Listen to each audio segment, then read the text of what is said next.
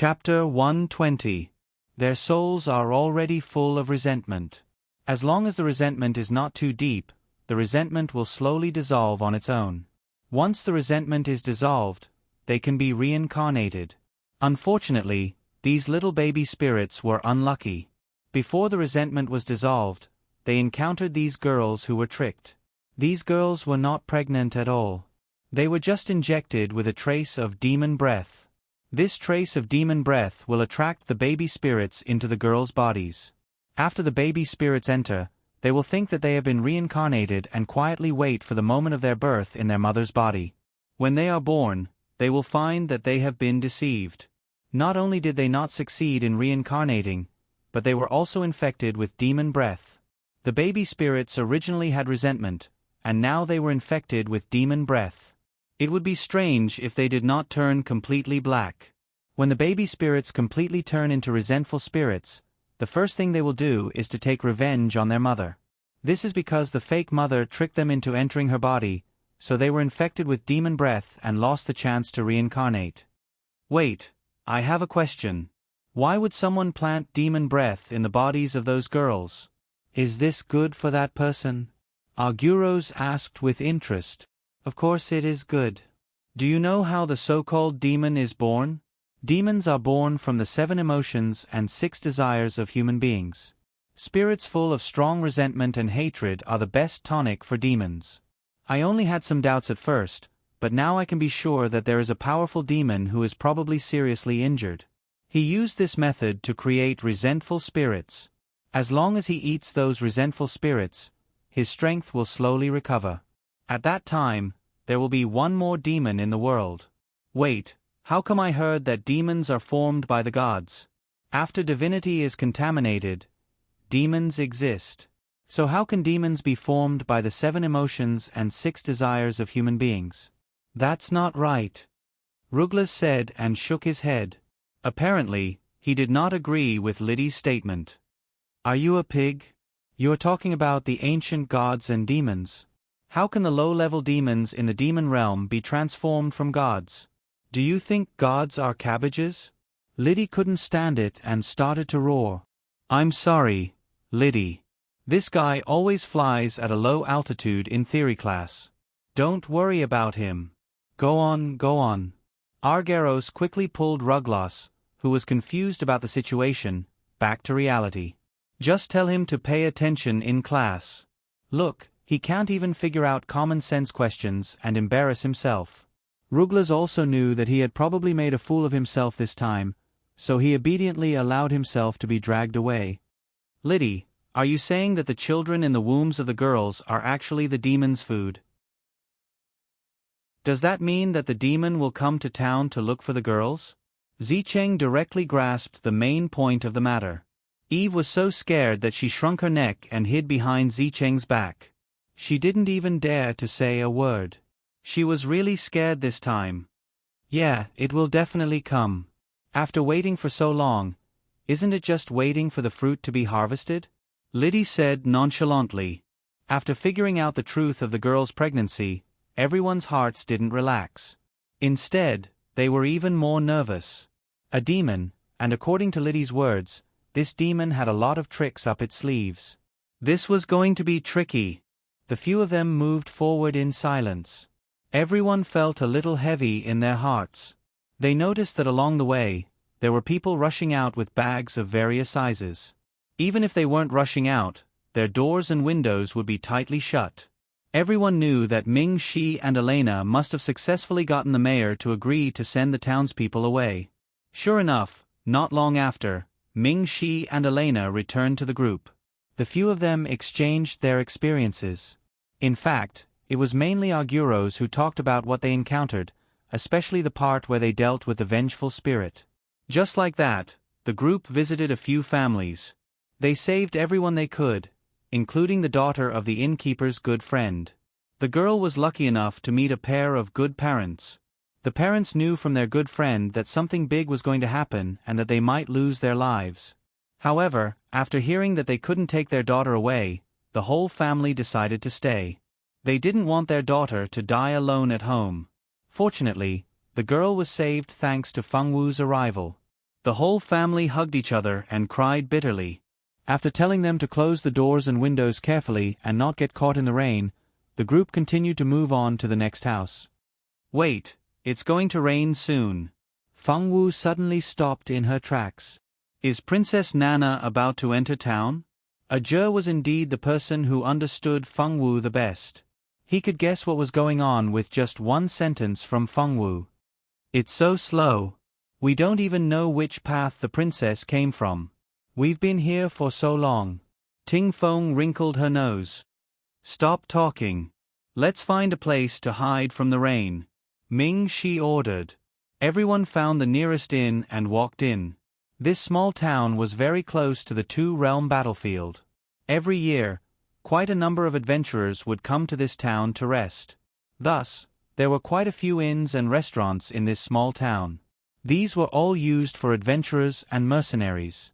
Not long after Feng Wu and the others hid in the inn, a basin of heavy rain poured down.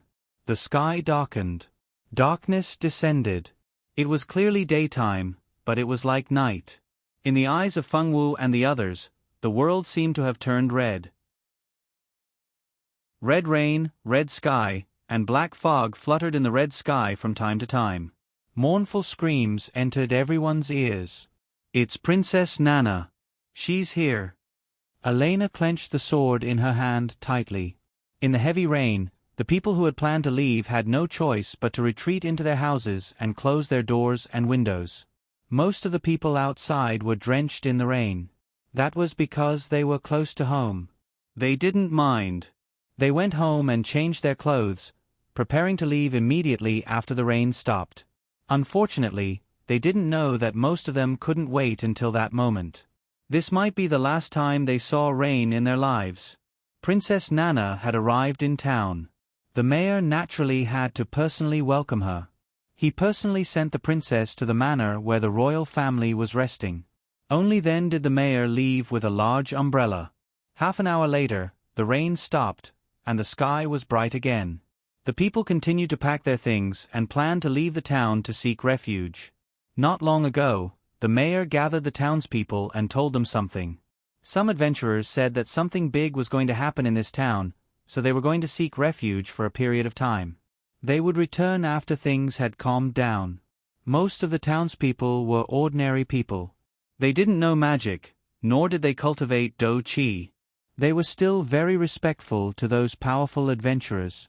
After hearing the mayor's words, most of them decided to leave. Only a few people felt that they didn't want to leave their hometown and didn't plan to seek refuge. Chapter 121.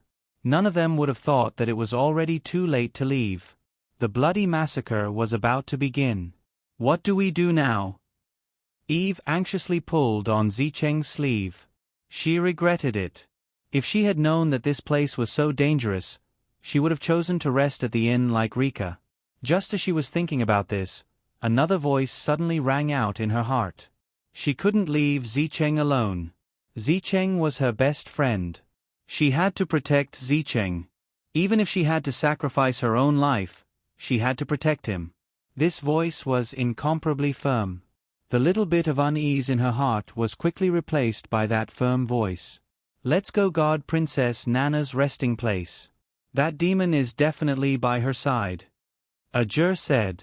All right, we'll split into two groups.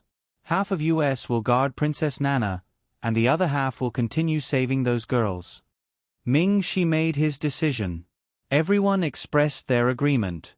Thus, Feng Wu and the rest of the expert team went to continue saving those girls, while Ming Shi led the majority of the team to guard Princess Nana. When it was raining, Liddy had said that this town was about to become chaotic. They didn't have much time left. The two groups split up. Ming Shi led the majority of the team to guard Nana's manor, while Feng Wu and Ajur went to look for the next victim. They only hoped that they could save a few more people in a short amount of time. Fortunately, the next house wasn't far from the inn where Feng Wu and the rest were taking shelter from the rain. They had just reached the door of that house when they heard the sound of an argument coming from inside. Let me go, Mom. I have to go find the princess. The princess is in danger. I have to go find her. A nasal cry came from inside the door. This voice sounded very young, no older than 20 years old. From the voice, it could be heard that the owner of this voice had been crying for a long time. Even his voice had changed. Where else can you go? Now, those people in town are looking at our family like they're looking at monsters. If you go out, those people's saliva will drown you. Why do you still care about the princess? A middle-aged woman's exasperated voice sounded from inside the door. I can't leave the princess alone. The princess has treated me well. No matter what, I have to find the princess and make things clear. The young man's voice was very firm. No, I said no means no. If the princess knows the truth, do you think the princess will let you go? Will she let us go? The woman's voice was filled with anger and fear. Feng Wu, a juror, and the others looked at each other and knocked on the door. Perhaps it was too noisy inside, but no one came to open the door. It was a juror who knocked on the door a few times to attract the people inside. Who are you people? The person who opened the door was a middle-aged woman. The woman's face was a little old, but her clothes looked better than the people in front of her. The woman looked at Feng Wu and the others with obvious suspicion and wariness in her eyes. A juror and the others didn't think there was anything wrong with the woman's gaze. Before the people in front of them cured their daughters, they also looked at them with nervous and cautious eyes. Ever since their relatives were pregnant with this child, these families had been living under the criticism of others. There were even some extremists who would pour animal blood and feces in front of their doors. After a long time, these families were naturally wary and careful of outsiders. Hello, we are people sent by the Adventurers Guild to help you. Pei Qing smiled warmly and took the initiative to take over the diplomatic work. The Adventurers Guild? You are people sent by the Adventurers Guild? How come we didn't know that the mayor went to the Adventurers Guild to post a mission? The woman still didn't believe it. Although the mayor of their town was a good person, he wouldn't pay for something like this out of his own pocket. For example, when they invited the magicians from the Magicians Guild, every family in the town paid for it, especially those with daughters. After all, no one knew which girl would be the next victim, so everyone paid for it. Of course, the ones who paid the most were the families who had already been persecuted. This time, she didn't hear anything, and didn't see the mayor send anyone to take the money. The mayor wasn't a selfless person who would sacrifice himself for others. It was impossible for her to believe that the mayor paid for it out of his own pocket unless he was possessed. It's not a mission from the mayor, it's from the owner of a small hotel outside of town. He wants us to help the people in the town. We've already paid a visit to a few other families, and we've saved all the people we can. The children in their wombs have also been taken care of. Why don't you let us see your daughter first? The longer we wait, the more dangerous it will be. It's him. The woman nodded. She was a little convinced now. She knew the owner of the small hotel, and he was a good person. He even took in children from poor families in the town to work in his hotel. In their town, the owner had always been a good person. Please come in. I'll bring my daughter out now. After the woman believed it, she immediately opened the door and welcomed Feng Wu and the others in. Feng Wu and the others followed the woman into the courtyard. The courtyard was very clean, and the environment was very good. It could be seen that this family was at least a middle-class or upper-middle-class family in the town. If they didn't encounter the incident with her daughter, their lives would be better than most people in the town. The woman's daughter was brought out with a big belly. The woman called her Xiao Lan. Xiao Lan was a very beautiful girl. She didn't look very energetic, and her belly was already very big. If they had come a day or two later, this girl would have been like the daughter of the previous family. They couldn't save her. They helped Xiao Lan purify the devil energy in her belly. Without the devil energy trapping the baby spirit in Xiao Lan's belly quickly flew out of Xiao Lan's belly. After Xiao Lan expelled the black blood in her body, her belly quickly flattened and gradually returned to its normal state. Xiao Lan looked at her flat belly and cried until she was out of breath. With a plop, she knelt in front of Feng Wu. Adventurer, please save the princess. Princess Nana is in danger. Please save her. Xiao Lan knelt on the ground and kowtowed desperately to Feng Wu. Ajur and Pei Qing exchanged glances. It seemed that Xiao Lan knew something. Get up first, Miss Xiao Lan. Can you tell us what's going on? We just met Princess Nana today. Isn't she fine? How can she be in danger? Pei Qing gently pulled Xiao Lan up. He was good-looking to begin with, and now he had purposely made his voice very gentle. Chapter 122. This gentle action and voice made Xiao Lan blush. She even forgot to struggle as she was pulled up. Xiao Lan, take your time to tell the lords. I'll go get some water for you. Seeing that her daughter had recovered, the woman's mood improved. Only then did she realize that she hadn't poured water for the guests. After saying this, she left the living room to get some water. The few of them didn't care about the woman's departure. Right now, their attention was on Xiao Lan. Miss Xiao Lan, do you know something? Ting Feng heard Xiao Lan's tone and knew that there was a story to hear. She seemed a little impatient. Xiao Lan blushed. Don't call me miss. I'm not a miss. Lords, just call me Xiao Lan. After saying that, she smiled shyly. All right, Xiao Lan. Can you tell us what you know? What happened to Princess Nana? Just now, at your doorstep, I heard you and your mother talking. It seems like something big happened to Princess Nana. Ajur also wanted to know what happened. In order to successfully get some useful information from Xiao Lan, when he spoke, he deliberately made his voice sound more gentle. Lords, please take a seat. Let's sit down and talk. Xiao Lan invited Feng Wu and the others to sit. At this time, Xiao Lan's mother had just finished brewing the fruit tea. After pouring a cup of tea for each of them, Xiao Lan's mother sat down beside Xiao Lan. I was born in this small town. When I was young, my family was very poor. We almost couldn't survive. My mother gave birth to a younger brother. In order to reduce the family's burden, I was sold to a rich family to be a servant. At that time, I was only 6 years old. I was very young. Many rich families didn't want to use such a young child. I was very lucky. At that time, the palace was planning to take in a group of young maids. I and a few other young children were very lucky to be chosen to enter the palace. Life in the palace was like heaven. Although we had to learn a lot of rules every day, we could eat our fill every day. We lived very happily. A year later, a girl called Xiao Na and I were assigned to Nana's side. We became Princess Nana's maids. The princess was very good. She took good care of us. From time to time, she would reward us. The princess rewards made our lives better and better. We built a house and opened a shop. My brother could also go to school to learn the things he liked.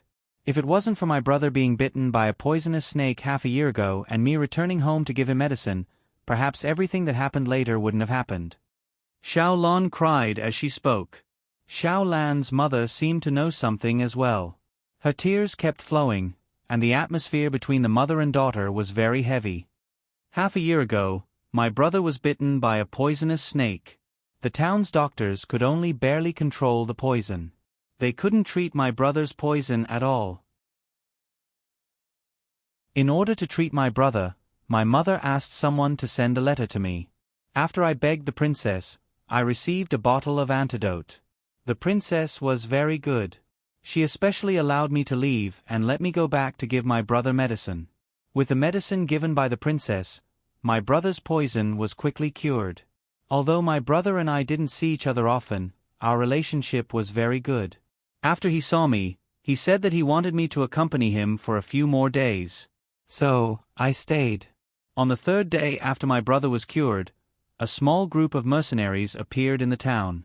They had just come out of the two-realm battlefield and obtained many good things. They set up a stall in the town to sell.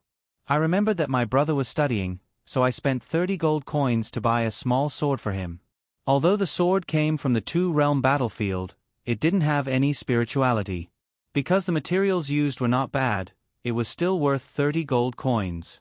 The night after I bought the small sword, I began to dream. I dreamed of a man. He was very good-looking. I had never seen such a good-looking person. He said that he was a prince from some ancient country. He fell in love with me at first sight and wanted me to be his princess. I grew up in the palace and have seen all 3 princes. How could a real prince fall in love with someone so casually? At that time, I only treated this dream as a joke. After that, I had the same dream for a few days. In the dream, he accompanied me to chat and play chess with me. He even taught me how to use a sword. He was very knowledgeable. Later, I gradually became attracted to him in the dream. One night, he said that he wanted to do it with me and I. Xiaolon couldn't continue. She gritted her teeth and continued. At that time, I didn't agree. I wasn't a casual girl. How could I do it with a man before marriage? But after a few days, his attitude became more and more intense. After I rejected him, he didn't appear for a whole month. I was very afraid that he would never come back. Finally, after a month, he appeared again. I agreed and did it with him. At that time, I thought it was just a beautiful dream. But after I did it with him, he never appeared in my dream again. Not long after, I found out that I was pregnant. At that time, I only felt like a bolt from the blue. I clearly only had an erotic dream. How could I be pregnant? This is too inconceivable. It's too hard to believe. Xiaolon cried as she spoke. It was obvious that the memory was very unbearable to her. I was pregnant, so I naturally couldn't stay by the princess's side to serve. The palace has its own rules. I was also the princess's maid. If it was discovered that I was pregnant before marriage, it would only affect the princess's reputation. So I returned to the palace and told the princess that my mother had found a good marriage for me. I hoped that the princess could let me out of the palace to get married. The princess has always been good to me.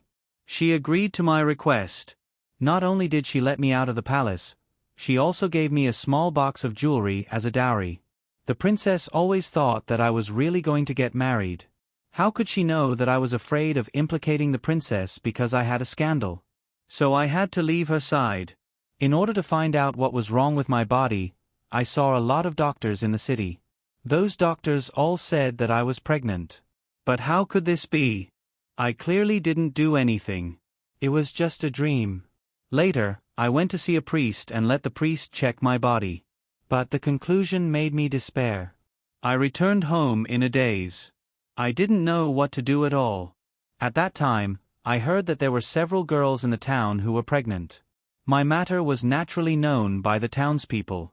The townspeople thought that our behavior was improper. We seduced a passing adventurer and got pregnant with a bastard. So many scandals happened in the village at the same time. Naturally, we girls were caught and locked in a room. The mayor asked us to confess our adulterers. But where did this adulterer come from?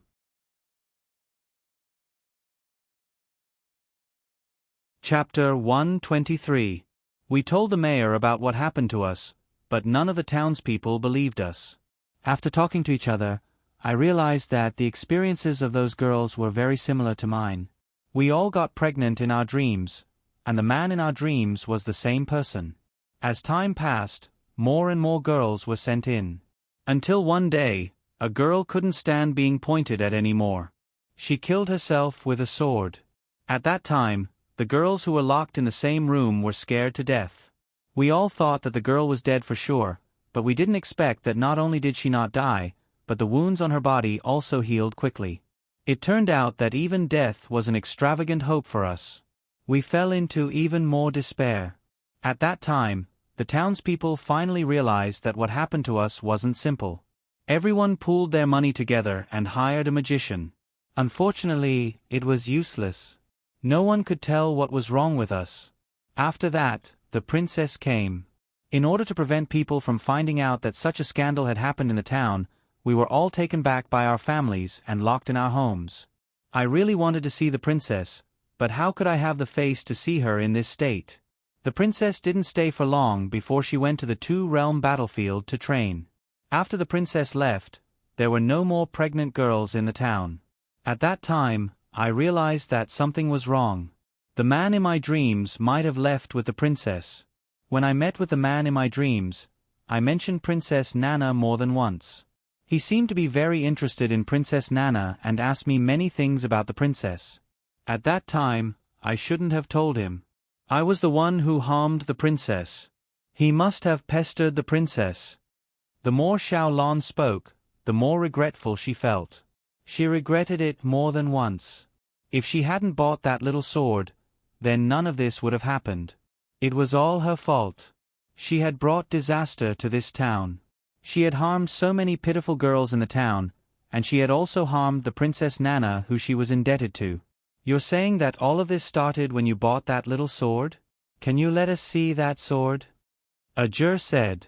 I've been keeping that sword safe, thinking that one day it might come in handy in the guild.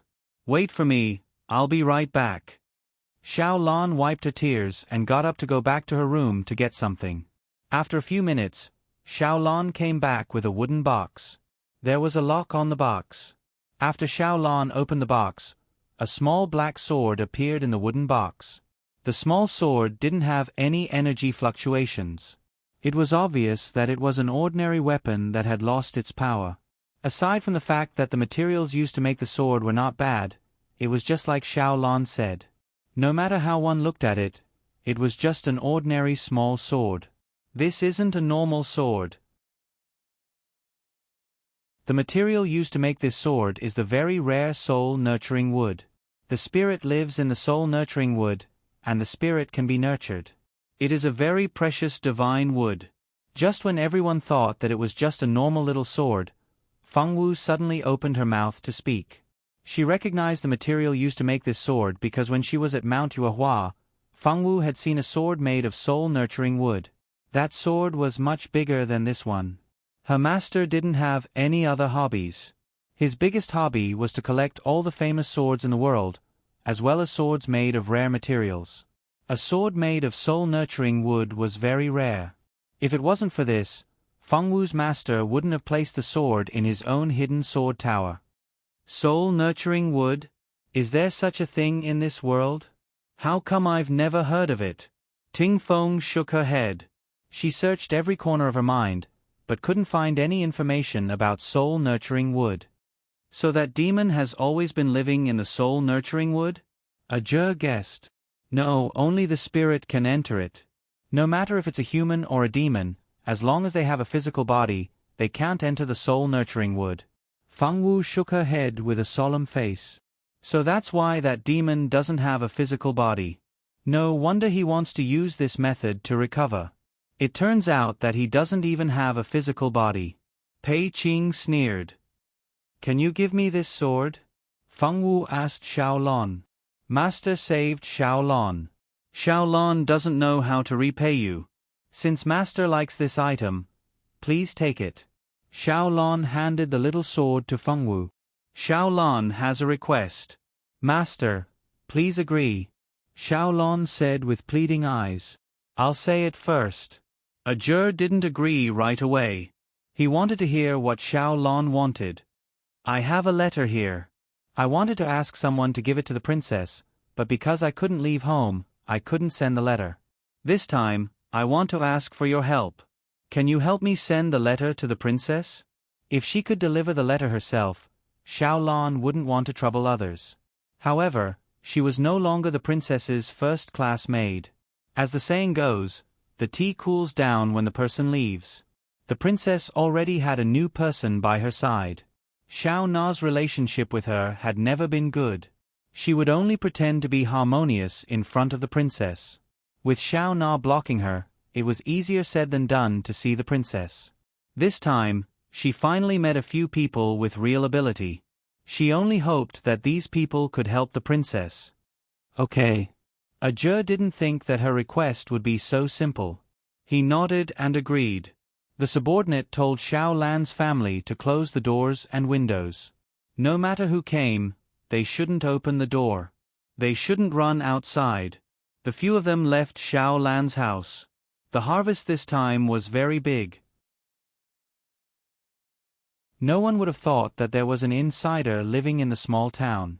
Originally, the few of them wanted to go to another house to save people.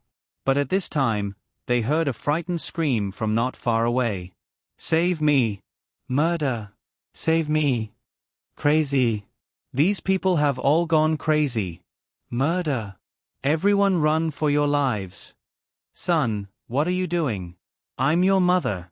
How can you kill me? Dear, look at me! I'm your wife! What are you doing? Don't kill me!" The small town was filled with the smell of blood. All kinds of screams, cries for help, and cries echoed throughout the small town. The small town that was originally peaceful suddenly became a purgatory on earth. Some people ran away. Some people were in a killing frenzy. They killed and chopped at anyone they saw. They didn't even let their own children go. They seemed to have lost their own consciousness. There was only killing left in their minds.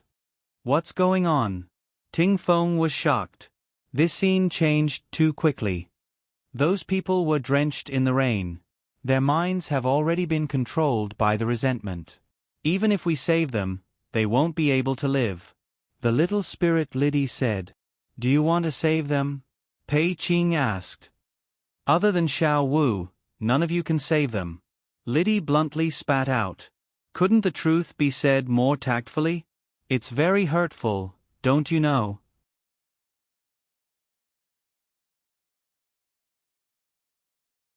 Chapter 124. Under the watchful eyes of Ajur and the rest, Feng Wu wielded her sword and unleashed a few streaks of sword qi. Those people who had gone on a killing spree fell to the ground one by one.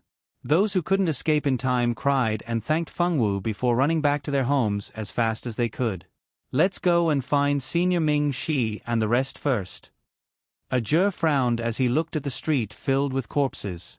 Along the way, they could hear screams, cries for help, screams, and the cries of children. This place had turned from an ordinary town where everyone lived and worked peacefully into a massacre hell. Those people had lost their minds and only knew how to kill. Those who were killed by them would quickly get up and continue killing until everyone around them was killed.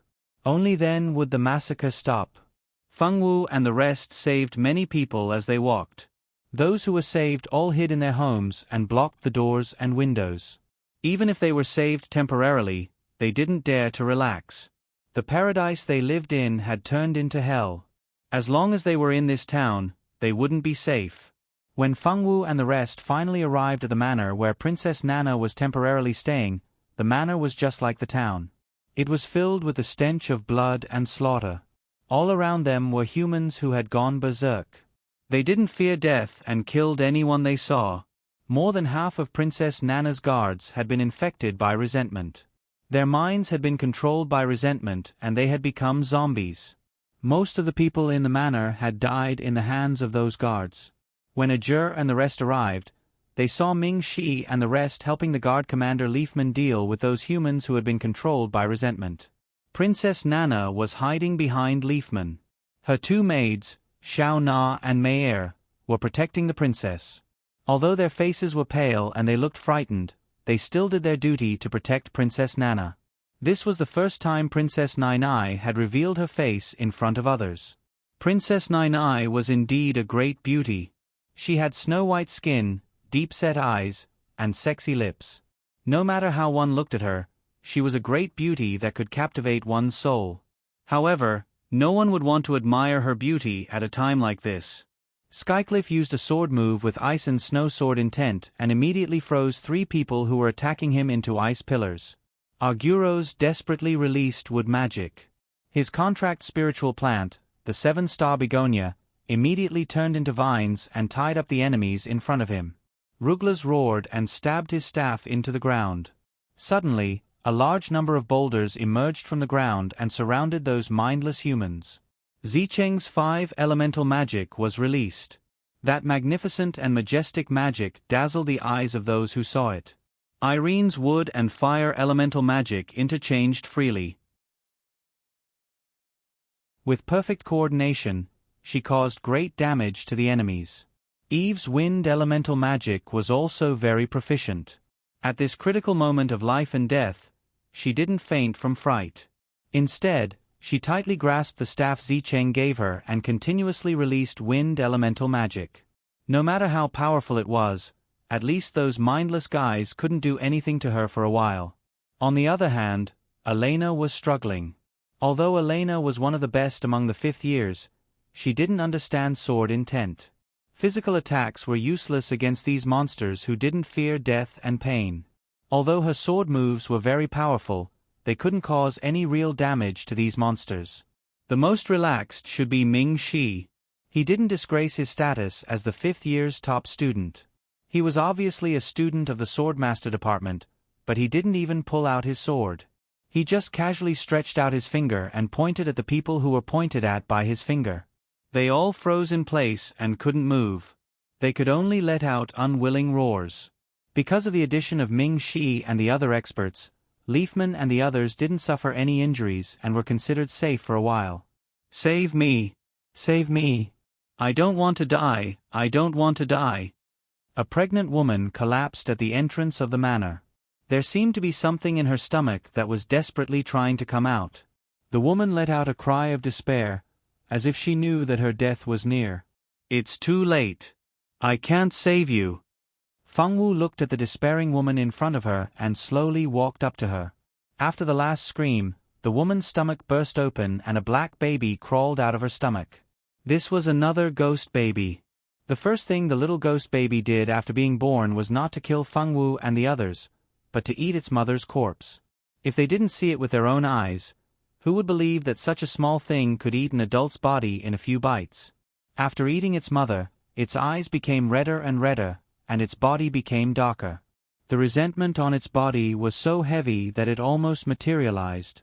Here and in several other places, the screams of women could be heard from time to time. Those women who couldn't be saved in time all gave birth prematurely because of the resentment in the town. The moment they gave birth was naturally the moment they died. The newly born ghost baby soared into the sky and rushed towards Princess Nana's manor with a monstrous amount of resentment. The souls of the dead women flew out of their bodies. They had died too tragically and unjustly, so they wanted revenge. Princess Nana's manor was quickly surrounded by the souls of the dead women. They kept screaming, their voices were ear-piercing and filled with boundless hatred. It was as if they were going to rush in and tear Princess Nana to shreds in the next second.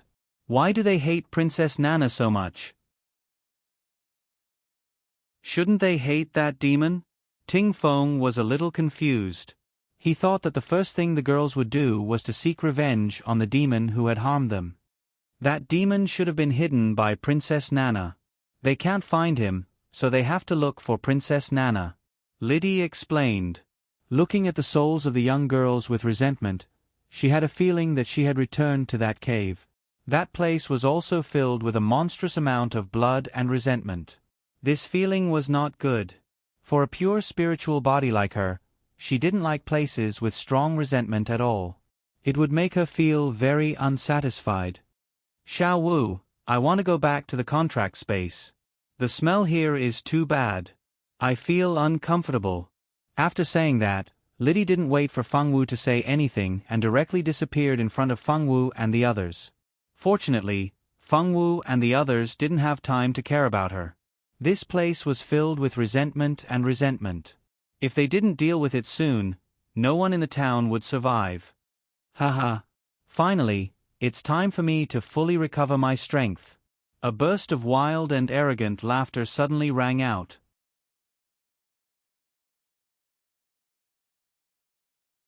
Chapter 125. Everyone only felt a blur in front of their eyes. A black-clothed man wearing a black cloak appeared in front of everyone's eyes. They had to admit that this was really a handsome man. He had black hair and black eyes. His skin was very clear. He was extraordinarily handsome and had a trace of devilish charm. Seeing this man appear, everyone guessed his identity. He was probably the one that the women saw in their dreams. Sure enough, after seeing the man appear, the women's wraiths could not be bothered with Princess Nana anymore. All of them wanted to fly over and attack the man. The man merely smiled coldly. He did not even look at those wraiths. Instead, his gaze landed on those little wraith babies. "I've waited too long for this moment. As long as I eat you, I'll be able to regain my peak strength. By then, Even the nobles of the devil realm won't be able to do anything to me. The man's eyes were filled with greed as he looked at the little wraith babies. Lay, you're finally here. When Princess Nana saw the man, she immediately ran into his arms, ignoring the two maids who were trying to stop her. The black-haired man called Ray hugged Princess Nine gently. My dear, will our child be born safely after you regain your strength? Princess Nine asked softly as she nestled in Ray's embrace, a little excited. Of course. Lay gently stroked the princess back. However, there was no gentleness in his eyes. There was only a bloodthirsty killing intent and a thirst for power. However, Princess Nana, who had been buried in the man's arms, did not notice these emotions. My little Nine, be good and wait at the side. After I'm done with these fellows, we'll talk properly. The man's pale lips kissed Princess Nine's forehead, then he let go of her. Princess Nana obediently retreated to the side. She smiled shyly and proudly. Princess, how could you? Commander Leafman clearly did not expect Princess Nana to do this. He was completely dumbfounded. Why not? Lay is the man I love. His status is incomparably noble. We're the most compatible couple in the world. The princess completely ignored the disbelief and disapproval in Leafman's eyes. She only had expectations for her child and confidence and pride in her lover. Leafman looked at the Princess Nana in front of him. He didn't know when this princess had become so strange and incomprehensible to him. When he looked at Xiao Na and Meir, their gazes were somewhat evasive. Leafman knew that they must have sensed something long ago, but they didn't say anything. Leafman knew that the two of them were maids of the princess, so they should be loyal to the princess. But such a big matter. The princess was pregnant before marriage, and even had an affair with a stranger. This was such a big scandal. How could the two of them not know that they were not helping the princess but harming her by helping her hide this matter? No one cared about what Leafman was thinking. Now, Ming Shi and the others' attention were all focused on the man who had just appeared and was called Lei by Princess Nana. Lei ignored Ming Shi and the others. Instead, he grabbed a ghost baby that was attacking him and opened his mouth wide, wanting to swallow it directly. In your dreams, Ajur shouted, God of the Four Seasons, open my seal. Ajur opened his hands and looked up at the sky. A dazzling red light shone down from the sky. The red light seemed to contain an endless amount of chi. The beautiful red-haired young man looked solemn in the red light. A fiery red flame mark appeared on the young man's smooth forehead. When the red light disappeared, the fiery red flame mark appeared vivid and lifelike, causing the young man to be filled with a mysterious aura. Tsang Yen. Ajur called out to the sky, and a fiery red staff came down from the sky as a response. It carried with it an aura of righteousness and landed in the young man's hand. You're actually the successor of the four god seals. The mark on your head is the seal of Xia, right? Back then, the god of the four seasons sent down the four god seals and the four great divine artifacts. Only those who are chosen by the god seals can summon the divine artifacts to the lower realm. Lei's expression changed. Then, he seemed to have thought of something and returned to normal. He even explained the power that Ajur had shown. It was unknown whether he was too confident or he was looking down on Ajur, who was not even 20 years old. The four god seals. Hearing Lei's words, most of the people realized that there was actually such an extraordinary person beside them. A person who had inherited the four god seals was destined to become a peerless expert. Even if he was still weak now, his future was destined to be incomparably brilliant. Pei Qing and Ting Feng thought, we're so lucky that our captain is the successor of the four god seals. We'll definitely live a good life if we follow him. If Ajur could hear their thoughts now, he would definitely laugh at them. Zicheng, Irene, and Eve were really surprised. None of them expected that the young man who was so close to Fengwu was the successor of the four god seals. It was said that in ancient times, the human world was very weak. The human world they lived in became the battlefield of other powerful worlds. Many innocent people died tragically in endless battles. At that time, there were two gods from the upper realm. They were originally insignificant humans in the human world, but because of their extraordinary talent, they eventually cultivated from the mortal body to the body of a god. In that battle, they saw their hometown being destroyed by the gods and demons of other worlds because they were not strong enough. The two gods pleaded with the supreme god of the upper realm. They were willing to sacrifice their divine positions in exchange for the survival of the human world. The supreme god agreed to their request and sent down 4 gods who were born with the blood of the gods to be reincarnated in the human world. They were the future 4 emperors of heaven, earth, sun, and moon. At that time, there were no 4 seasons in the human world. There were only 2 seasons, the rainy season and the dry season, which made it extremely difficult for humans to survive. So the 2 gods asked the god of the 4 seasons. The god of the 4 seasons was born as gods, but they were also merciful. The god of the 4 seasons sent down his divine power. Since then, there were 4 seasons in the human world, which greatly increased the chances of survival of humans. When the 2 gods chose to take off their divine bodies and go down to the human world, the god of the 4 seasons was grateful for their kindness and sent down the 4 god seals. The 4 god seals contained the power of the 4 seasons. Only humans who were most compatible with the aura of the 4 seasons could merge with the 4 god seals.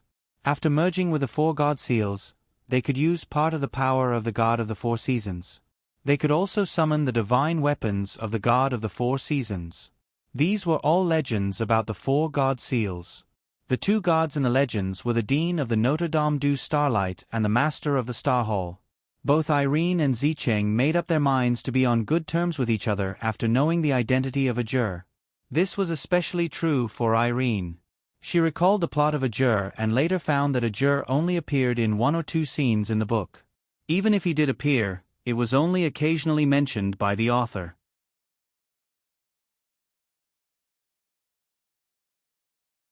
Chapter 126.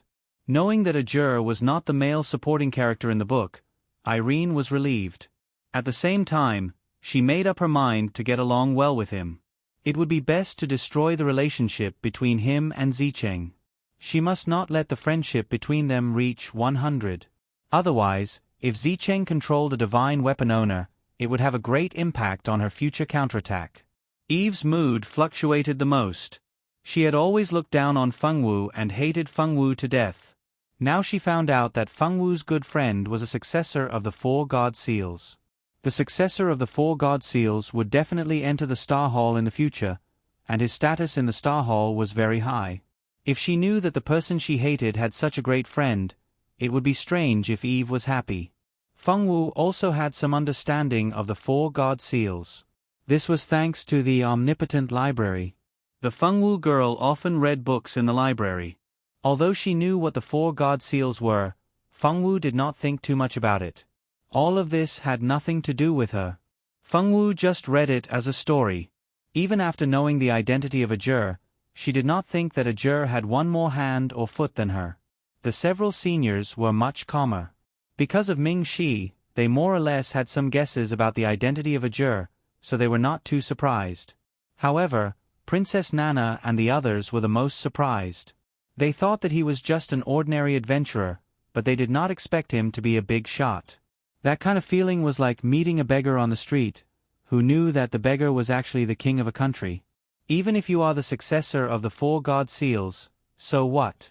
If I see you in a few years, I will certainly have to run for my life. But you are still very weak now, and you have just inherited the god seals. Ray said confidently. You're wrong. If you see me now, you can only run for your life. Oh no, it's impossible for you to escape. Ajur stuck out his tongue and licked his lips, revealing a bloodthirsty and cruel smile. How arrogant! Ray snorted disdainfully. He waved his hands and took the lead to attack. 2 black balls of light appeared in his hands. The black balls of light, with a dark and decaying power, fiercely attacked Ajur. Now, Ray no longer cared about the others. In his eyes, only this successor of the 4 god seals could be considered as his opponent. Glass fire, world incinerating. Ajur did not dodge. Just as the black ball of light was about to reach him, he suddenly started chanting. After he finished speaking, the staff in his hand emitted a dazzling red light. The red light carried an overwhelming righteous aura and rushed towards Ray. In the red light, the black ball of light did not even last for a breath of time before it disappeared into the air. Ray, who was also hit by the red light, was seriously injured and fell to the ground. The demonic aura on his body had become very dim, and the injuries that were about to recover had worsened several times. Seal demon spell, seal. After a jur, Ming, she took out an ordinary hardcover book. The pages were not flipped, but they rustled and moved by themselves. Just like that, the devil spirit called Lei was sealed into the book by Ming Shi. Isn't that the book of divination seals? It's specially used for divining demonic beasts. That's an extremely expensive item. Pei Qing looked at the seal in Ming Shi's hand. His eyes were glowing. Don't even think about it. You won't be able to afford it even if you save gold coins for a lifetime.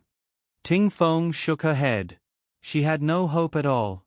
Feng Wu watched the whole process of a jur transforming into a demonic spirit. Her eyes were shining. A jur was so powerful. Why did he become so powerful just by shouting at the sky? Heavenly Mountain even dropped a weapon for him. Even she could not do that. No. That's impossible. Ray will not lose. Release Lei. Release him. How dare you? How dare you imprison the Divine Prince? You are all stupid mortals. You will be punished by the gods. Princess Nana roared like a mad woman and rushed towards Ming Shi. Unfortunately, she was caught by the leafman before she could reach him. Divine Prince. Are you crazy? That's clearly a demonic spirit. It's not even a complete demon. A complete demon has a body, but he doesn't even have a body. Elena coldly looked at Nai. No, you're talking nonsense. He's clearly the Divine Prince. During the ancient war, his body was destroyed by the Devil Clan. That's why he had no choice but to exist in the form of a spirit body. As long as he recovers all of his strength, he'll become the new ruler of this world. I'll be his only wife, and our child will also become the only emperor of this world in the future.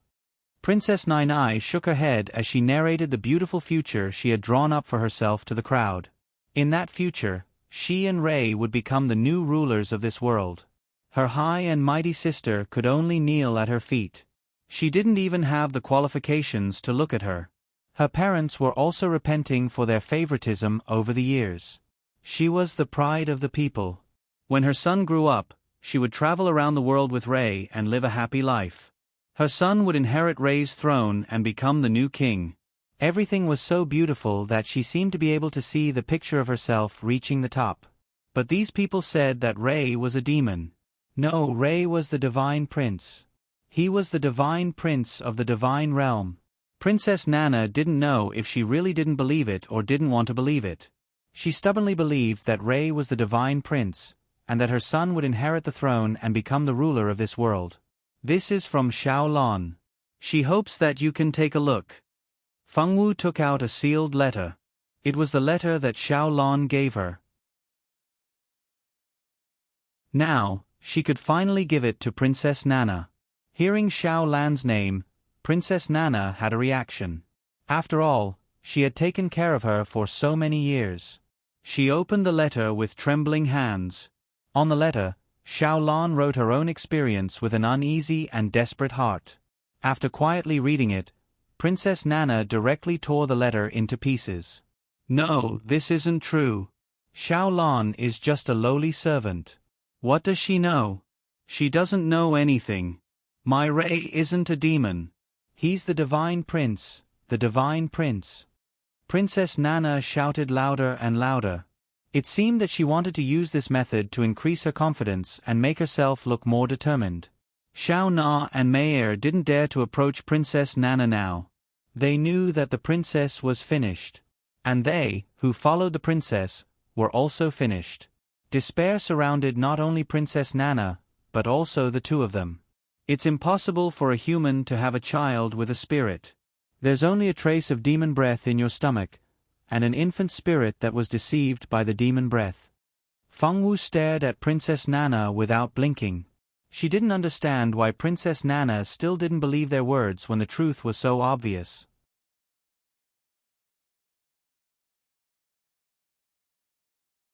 Chapter 127. Fengwu was a stubborn girl. She was a little unhappy that no one believed her. "You're lying, you're all lying. You people who have blasphemed against the gods, you won't have a good ending. You definitely won't have a good ending." Princess Nai let out a crazy roar, and her originally beautiful face became extremely ferocious. Because she was too emotional, blue veins appeared on Princess Nana's forehead and the back of her hands. She seemed to be on the verge of collapse. Even at this time, she was still stubbornly unwilling to believe. Perhaps it was because once she believed, she would really be consigned to eternal damnation. "You don't believe me? Will you believe me if I let you see your child with your own eyes?" Fengwu had never encountered such a stubborn person before. She didn't know how to deal with the current situation. After thinking for a while, she finally thought of a way. Since Princess Nana insisted that her child was the son of God, then she would understand everything if she let her see the child, right? Fengwu's idea was very simple. However, when she said this, Princess Nana was stunned. She couldn't come back to her senses. She was only 4 months pregnant. The child was far from being born. She was asking her to see the child at this time. Could it be that she wanted to do something to her child? Thinking of this, Princess Nana's maternal instinct made her tightly protect her belly. She wanted to protect the product of her love with the person she loved. Fengwu teleported to Princess Nai's side in a blink of an eye. With a casual wave of her hand, the spiritual essence on Xiaochun's sword went straight into Princess Nai's belly. Princess Nana felt something flowing out between her legs. She looked down and saw that her dress had been dyed black by the black blood. "Ah! Let go of me! What do you want to do to my child? You despicable peasant, let go of this princess! Let go of this princess!" Princess Nana screamed in panic. Like a mad woman, she used the hand that wasn't grabbed by Fengwu to tear Fengwu apart. Unfortunately, before Princess Nana's long fingernails could hurt Fengwu's face, Ting Feng and Pei Qing grabbed them. Damn! Such long fingernails! If they cut Xiao Wu's face, she'll be disfigured. Ting Feng grabbed Princess Nana's waving hand and was shocked by the destructive long fingernails. Princess Nana screamed even louder. Commander Leafman saw it but didn't stop her. Princess Nana's loss of power was a foregone conclusion. Most importantly, because of Princess Nana, most of his good brothers who had gone through fire and water with him were dead. This made Commander Leafman have a complicated feeling towards Princess Nana. There was hatred and helplessness. As for Xiao Na and Meir, they were in a daze. They hid the fact that they were pregnant from the princess. The king would definitely sentence them to death. The two of them, who were already destined to die, didn't have the energy to care about Princess Nai. In fact, they even hated her a little. Couldn't she have just been a princess obediently? Why did she have to do something like this? It was fine if she died, but she had to drag them down with her. Princess Nana was a proud and self-abased person. In front of her own family, she always had a sense of inferiority. In front of others, she was prouder than anyone else. Even in front of her maids, she was always high and mighty. Although she was very generous to her maids, she was also very cruel. In the past, there was a maid who said that Princess Nana's talent wasn't as good as her brother and sisters, so she was killed by Princess Nana. As long as she heard that a maid in the palace spoke ill of her, no matter if it was true or false, she wouldn't let them go. No one knew better than her personal maids about Princess Nana's cruelty and heartlessness. Perhaps it was because of Princess Nana's cruelty that the people around her didn't dare to betray her. However, this kind of loyalty was also very insecure. As long as there came a day when her strength was no longer a threat to those under her, then betrayal by her subordinates would become a foregone conclusion. In the midst of Princess Nana's screams, a little thing with white light all over its body flew out of Princess Nana's belly. The little baby spirit no longer had any resentment. Probably because the devil spirit that created the resentment had been captured, the resentment that trapped the baby spirit in Princess Nana's belly disappeared. Ah! The little baby spirit flew out of Princess Nana's belly. After seeing Princess Nana, the confusion in its eyes at first turned into anger. The little baby spirit waved its little fist and wanted to chase after Princess Nana. Good girl, don't be angry. Be careful next time. Don't be deceived again. Fengwu gently rubbed the little baby spirit's little hand with her fingertips. Her voice was gentle and pleasant. The little baby spirit turned its head and knew that the girl in front of it, who made it feel very comfortable, had saved it. The little guy flew in front of Fengwu and kissed her on the cheek, as if to express its gratitude. What is this? Princess Nana fell to the ground. Her belly had returned to its flat state, but her blood-stained skirt still looked a little shocking. She stared at the little thing that flew out of her belly in disbelief. The little thing's whole body was covered in white light. Its body was transparent and had no sense of flesh. At a glance, one could tell that it couldn't be a human child. The little thing looked at her with hatred in its eyes. If the girl next to it hadn't been talking to it, she had no doubt that the little thing that came out of her belly would have flown over to hit her. Yes, it's in your stomach, but it's not your child. Just like I said, it's impossible for humans to have children with spirits. This little guy was tricked by the resentment in your stomach, so it took the initiative to enter your stomach. Later on, it was trapped by the resentment and couldn't get out. Fortunately, the demon spirit has been captured, and it's finally free. Fengwu touched the little guy's little face. Although the little thing didn't have a body, Fengwu still touched its little face. The little baby spirit and Fengwu were affectionate for a while. Originally, it wanted to deal with the bad woman who trapped it and avenge itself, but when it saw Fengwu shake her head, it reluctantly changed its mind. After all, she was its savior. The little guy gave Princess Nana a final glare, and then reluctantly said goodbye to Fengwu before flying away. No. This can't be true. How could this be? How could this be? Princess Nana looked as if she had aged several years in an instant. She muttered to herself like a crazy person, grabbing her head with both hands. She seemed to have gone crazy. She's quite pitiful. She was deceived by the demon spirit and ended up like this. Zicheng sighed, somewhat sympathetic to Princess Nana's bad experience.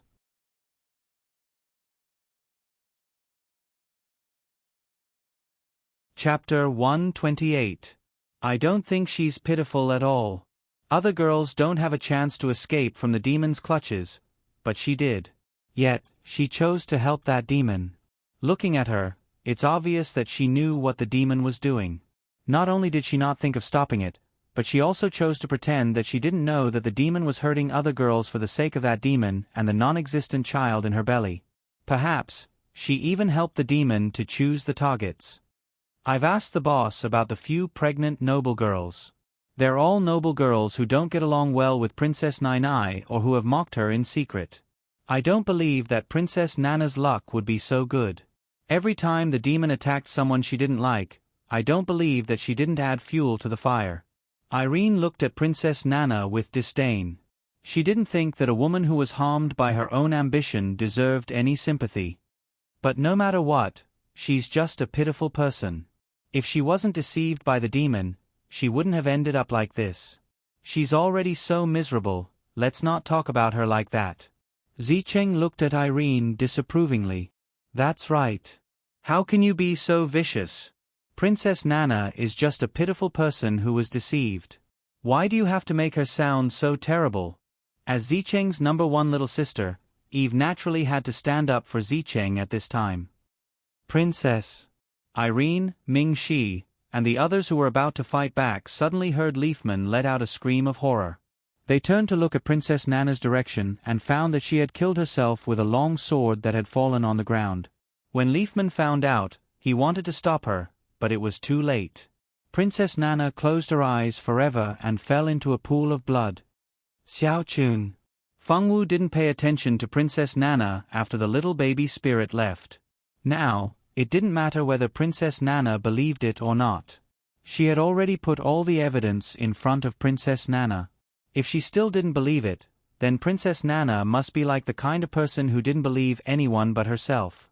Master said that there was such a person in the world who didn't believe anyone but their own judgment and eyes. Even if all the evidence was put in front of them, they wouldn't believe it. Master said that this kind of person couldn't be reasoned with, so it was better not to waste words. After ignoring Princess Nana, Feng Wu asked Xiaochun to purify the resentment in the town that hadn't completely dissipated. The resentment of those who had died also needed to be purified.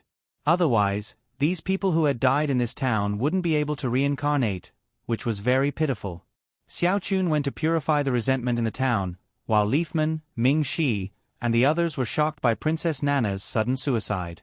Once Princess Nana died, no matter how big of a mistake she had made, it couldn't be blamed on her. They, who had accompanied and served Princess Nana, would become the first cannon fodder to be executed by the king. It seems that I'm going to die. Leafman had children at home, and his parents were still alive and well. Originally, if Princess Nana didn't die, he only needed to send Princess Nana back and explain to the king. He believed that even if the king punished him, he wouldn't take his life. However, it was different now. He failed to protect the princess, and the princess was lured by the devil's soul. Now that the princess was dead, all these crimes would be placed on him. As long as he returned to the capital, he was afraid that he would die. Commander, don't worry. When we return to the capital, Mayer and I will take responsibility for everything. We won't implicate Sir. Xiao Na and Mayer were unexpectedly calm. What do you want? Liveman and the two girls had been together for a long time. If they didn't have something to ask of him, he didn't believe that the two girls would be so great that they would run out and admit his crime together with him. Sir, please help us take care of our families. If possible, please arrange for them to leave the capital. We have some savings over the years. Please help us hand them over to our families. That's all we want. If Sir agrees, Mayer and I will take the initiative to take responsibility for our crimes. We won't implicate Sir. Xiao Na and Mayer weren't good girls, but they had their own people. Since they couldn't escape death, they might as well use their own deaths to obtain the greatest benefits for their families. Leafman looked deeply at the two young girls and finally nodded with a heavy heart. He knew that this was the best choice for everyone. Leafman easily guessed what the two girls were thinking. It was because he guessed it that his mood became even heavier. At the same time, in the faraway capital of the country, in different households, a few girls who were similarly pregnant and had listless eyes suddenly felt that something was wrong with their bodies. When they realized what was going on, they were so happy that they cried tears of joy. The belly that couldn't be removed no matter what they did had finally miscarried on its own. These girls were nobles and commoners. At this moment, they all cried with joy. They could finally see their future again. During this period of time, because of this belly, they felt like they had become monsters that couldn't die. That feeling was too terrifying. Now, everything was fine. They had a new life. When the first ray of sunlight shone on the earth the next morning, Feng Wu and the others left the small town and slowly walked towards the small inn. More than half of the people in the small town died. Fortunately, the mayor was still alive. At least there was someone to take charge of the situation.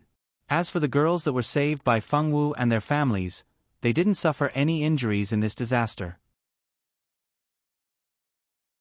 They listened to Feng Wu's words and locked the doors and windows. No matter what happened, they didn't open the doors and windows. That was how they escaped the disaster. On the other hand, Liveman took the surviving members of the princess's guards, as well as the corpses of Princess Nai Nai and the other members of the princess's guards, and set off. He still had to go back and report to the king. There must be an explanation for the princess's death. This was something he couldn't escape from. Fortunately, with Xiao Na and Mayer's confession, Leafman himself wouldn't receive too severe a punishment. At most, he would be demoted. This was considered a great fortune amidst the misfortune. When Leafman left, Ming Shi tore off the page of the Book of Seals with a demon's soul imprinted on it and handed it to Leafman. He asked Leafman to bring it back and report to the tribunal to take the demon's soul away for the final trial of the demon's soul's crimes. Only a day had passed since they returned to this somewhat old inn, but everyone felt like a long time had passed. When they saw Rika and Tingyu, they felt much closer.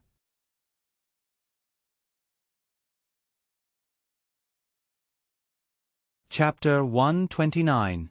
I've never thought that I would feel so close to you one day. This was the first thing Ting Feng said to Ting Yu after seeing her. As expected, in the next 10 minutes, Ting Feng's situation was so bad that she was chased and beaten by her own younger sister. When the boss saw that they had returned safely, he knew that many people had died in the town.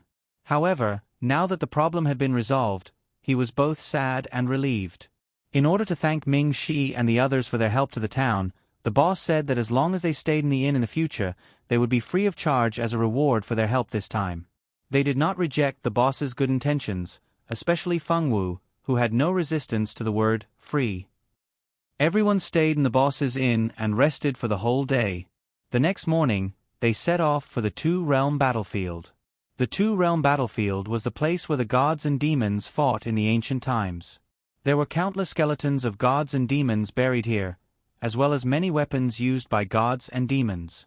Probably because it had been tainted with the blood of gods and demons, spirit fruits that were rarely seen in other places grew in the Two-Realm battlefield. For example, there were fruits that could increase one's affinity with elements, fruits that could increase one's spiritual power, fruits that could expand one's veins and make them tougher after eating them, and many other fruits that had many wonderful uses grew here. However, the places where they grew were places that humans could not set foot on. Other than these spirit fruits that were helpful to humans, there were also many plants that had been tainted with demonic nature. These plants were very harmful to humans. Furthermore, they did not look like demonic fruits at all. Once someone ate them by mistake, it would only be a matter of minutes before they turned into a demon. It was still all right if they only turned into a demon. At most, they would go to the demon realm to mingle in the future. Worse, they would be turned into a half-human half-demon by the power of the demonic fruit. When that time came, they would not be able to stay in the human world, and the demon realm would not accept them. They would really have nowhere to go. Some people were even more unlucky. Those people did not even have the chance to become half-human half-demon.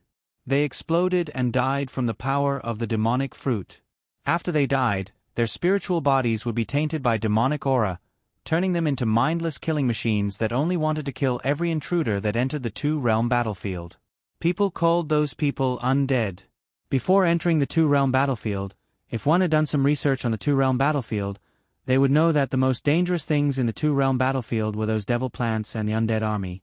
These two things were simply every adventurer's nightmare. If they were not careful, they could become the next undead at any time. Elena popularized this knowledge to these junior brothers and sisters while they were on their way. After traveling for an entire day, they finally arrived outside a valley. Legend had it that this valley was completely formed from the corpses of gods and demons. This valley was located in the Two-Realm battlefield, which was also the battlefield of gods and demons. Irene, aren't you going to dig for magic crystals? Why are you still following us? Eve glanced at Irene. I feel safer with everyone together. Actually, it's the same whether we dig for magic crystals or go to the Two-Realm battlefield, Irene said indifferently. Irene, don't run around when we go in, okay? Follow us closely. Elena still had a good impression of Irene. At the very least, she was not as muddle-headed as Eve. Okay. Irene's reply was crisp and clear. Senior Elena, you guys can go in and train yourselves. Don't worry about us. We can protect ourselves. Ajur did not want Elena and the others to miss out on their training because of these new students. Forget it, it's fine. It's good for everyone to move together. If we really split up, we'll definitely have to constantly worry about whether or not you guys have already become the undead here. The icy Skycliff spoke. His tone was so cold that it made people want to wear more clothes. The few of them stopped talking and entered the valley together. There were many demonic plants that had mutated due to demonic chi growing in this valley. These demonic plants were very aggressive. Aside from demonic plants and spiritual plants, no ordinary plants could grow in this place. There were even fewer animals. In the Two-Realm battlefield, the last thing to worry about was encountering demonic beasts. It was impossible for any demonic beasts to survive here. There were also people who said that they had seen legendary divine beasts here. However, legends were just legends. No one knew if they were true or not. The plants in the valley grew very strangely. The trees grew very tall. The shortest tree was more than 10 meters tall. It was impossible to find a shorter tree. They were still at the periphery of the valley. There was no need to worry about encountering the undead army. The undead would not move around near the valley entrance. After entering the valley, the people from the Ming-Shi team did not walk very fast because they were worried that Fengwu and the others were here for the first time. As they walked, they explained the characteristics of each plant, whether they would attack people, and what to be careful of. After walking for a while, other than encountering the attacks of a few mutated plants, they did not encounter any danger. At night, they found a place with better concealment. After scattering some medicinal powder, they set up camp there and prepared to rest for the night. Seniors, I have something to tell you. After taking a deep breath, Zicheng made up his mind to tell them about the tomb of the god of sin. After observing them for a while, Zicheng knew that these seniors had good characters. At the very least, they would definitely not do things like killing people and snatching their treasures. Moreover, there was a successor of the 4 god seals beside them. Every successor of the 4 god seals must have an upright heart. If it was someone with evil thoughts, it would be impossible for them to be recognized by the 4 god seals. It was because of Ajur's existence that Zicheng was not so hesitant to tell them about the tomb of the god of sin. Originally, Zicheng's original plan was to let Elena and the others bring her to the tomb of the god of sin after entering the 2-realm battlefield. Although they could reach the tomb of the god of sin that way, it would take too much time. Moreover, they would have to hide their true purpose along the way. That would be too tiring. Although it would be safer, it would take too much time. Zicheng did not really want to take that step. After thinking about it again and again, she decided to tell them about the tomb of the god of sin and invite everyone to explore the tomb of the god of sin together. When the time came, she would have the help of the favorability system and would definitely be able to find the divine weapon before them. This way, she would not lose anything. Moreover, there would be a person with the 4 god seals going with them. With such a person accompanying them, at the very least, she would not have to worry about being ambushed by her companions. When Zicheng told them about how he found a small metal piece on the street and how he found the tomb of the god of sin in the metal piece, Irene's heart was very unsettled.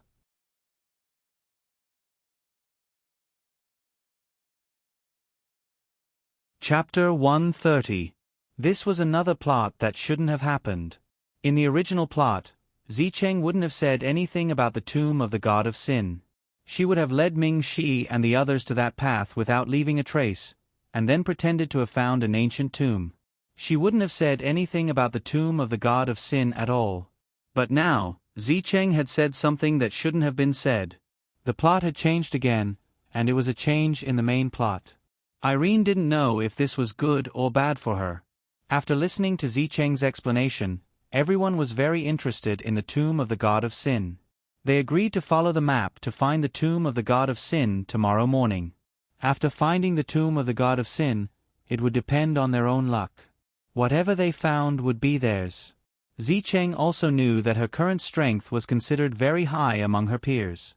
It wouldn't even be a problem for her to challenge someone of a higher level. But with her current strength, she wasn't qualified to discuss the distribution of treasures with Ming-Shi and the others. Fortunately, Ming-Shi and the others were good people. They never thought of killing others and stealing their treasures. They didn't have any objections to Zicheng's suggestion that whatever they found would be theirs. Ming-Shi and the others felt that since Zicheng was the one who found the map, she should get more things.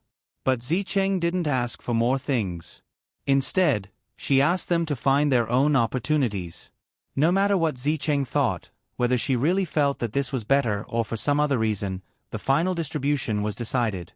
The first night in the 2-realm battlefield was very quiet. This silence seemed to be the calm before the storm, and it made people feel very uneasy. Nighttime was the favorite time for the reptiles living underground to move around. There weren't any large aggressive magical beasts in the 2-realm battlefield, but there were reptiles. These creatures liked the dark. Under normal circumstances, they wouldn't appear during the day. They would only come out to play at night and catch some food that they liked to eat. These reptilian creatures were not particular about what they ate. As long as it was edible, they would eat it. Even humans would become their food. These reptilian creatures that lived at night were every adventurer's biggest enemy. No one knew where they came from, and they came and went without a trace. Although their attack method was very simple, and even their spiritual intelligence was very low, their bodies were extremely hard. No matter if it was magic or swordsmanship, it was difficult to pierce through them. Fortunately, these little reptiles were very timid. As long as you scared them, they would not hesitate to abandon you and run away. If you couldn't beat them, then sorry, these reptiles would gnaw on your skin and bones. It's so quiet. I keep feeling that the surroundings are too quiet. This was not the first time that Elena had come to the two-realm battlefield, but this was the first time that she felt uneasy. It is indeed too quiet. The person in charge of keeping watch tonight should be more careful. Ming-Shi furrowed his brows as he thought, suppressing the uneasiness in his heart. Feng Wu's gaze looked in a certain direction at this moment. Her expression was a bit strange, which made a juror, who had been paying attention to Feng Wu from time to time, tug on her sleeve. "What's wrong?" a juror asked. "A terrifying thing has awakened here," Feng Wu said. "Terrifying thing? Xiao Wu, did you see something again? Quickly tell us." Ting Feng couldn't wait to ask. The others also looked at Feng Wu. After what had happened in the small town, everyone realized that Feng Wu was not a simple girl. Naturally, they took her words seriously. Wasn't Feng Wu the one who had first discovered that something was wrong with Princess Nana? It could be said that in the Demon Soul incident, the one who played the most important role was Feng Wu. If it wasn't for Feng Wu's abilities, more people would have died. Feng Wu shook her head. "I didn't see anything, but I heard something." Feng Wu pursed her lips and didn't say anything else. "What did you hear? Can Xiao Wu tell us?" Ting Yu moved over to the seat next to Feng Wu and sat down. "A powerful fellow has awakened in the valley.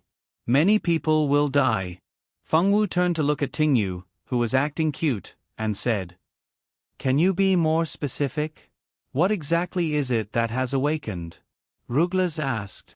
"I don't know." They don't know either. They only know that the thing always wakes up once in a while. Every time it wakes up, many people will die. Feng Wu naturally heard the news from the nearby plants, although the plants here were more or less demonized. However, even if they were demonized plants, they could still communicate with Feng Wu.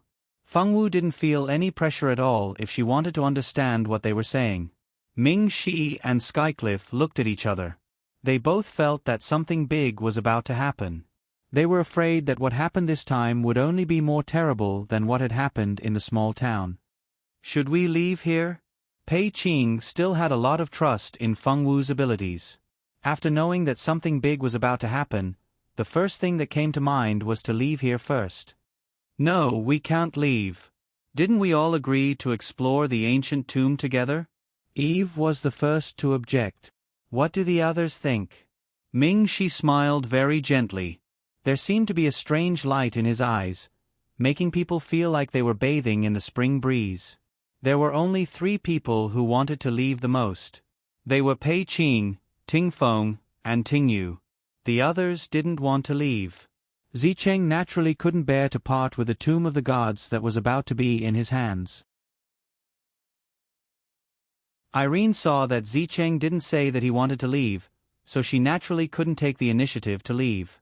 Eve had always followed Zicheng's footsteps. If Zicheng didn't leave, it would be strange if she left. As for Rika, she had always been a person of few words in this temporary team. She also prioritized everyone's opinions.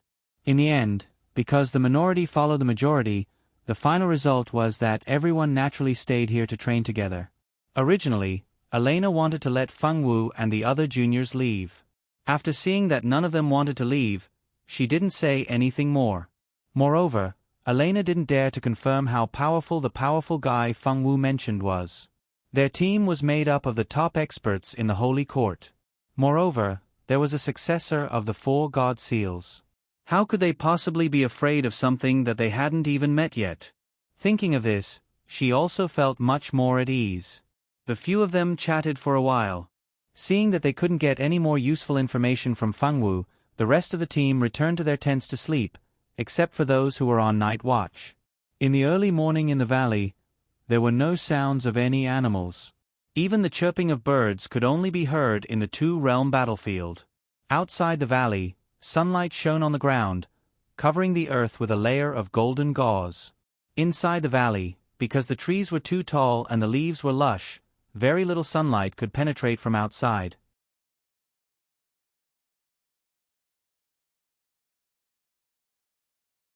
Chapter 131.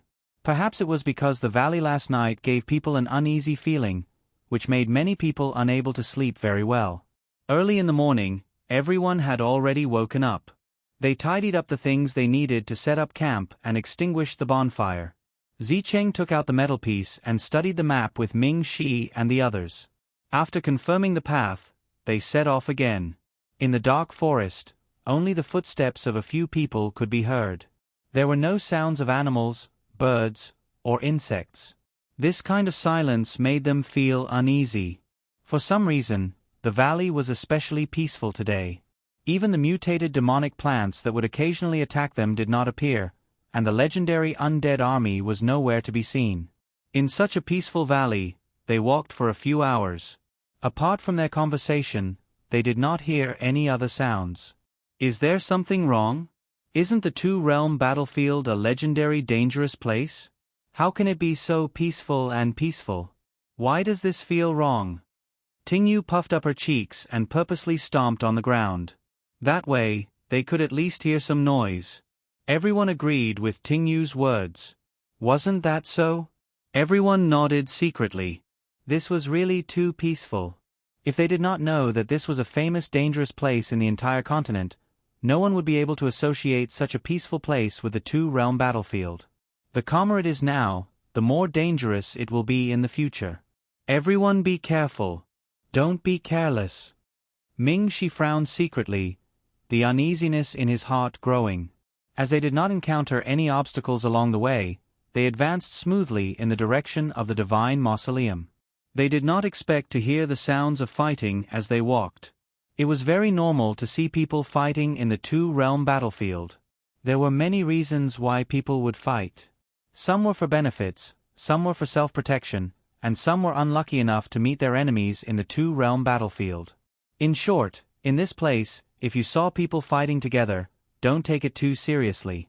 Just stay far away and don't let the fire burn you. It was not the first time that Ming Shi and the others had come to a dangerous place to train, so they immediately made the choice to take a detour. Killing and robbing happened every day in the two-realm battlefield. It was impossible to do anything about it even if they wanted to. Moreover, Ming Shi and the others were not so saintly. They would care about the small town's matters because the victims were all ordinary people. Moreover, the perpetrator was not an ordinary person, but the demon spirit of an ancient demon. And in the two-realm battlefield, ordinary people did not exist. Ordinary people could not enter the two-realm battlefield, unless they wanted to commit suicide. Those who came here were all here to seek treasures. Since they were here to seek treasures, they would definitely be prepared to die an unnatural death at any time. If they wanted to obtain treasures, they would naturally have to take a certain amount of risk. No one was obligated to help them. Ming Shi and the others made the correct decision in an instant. Unfortunately, just as they were about to take a detour, they had not taken a few steps when 7 people rushed out from nearby. Among the 7 people, there were 2 women and 5 men. The 2 women were very beautiful. Although they looked very wretched, there were no injuries on their bodies. As for the 5 men, there were wounds of different sizes on their bodies. It was obvious that they had just gone through a life and death struggle.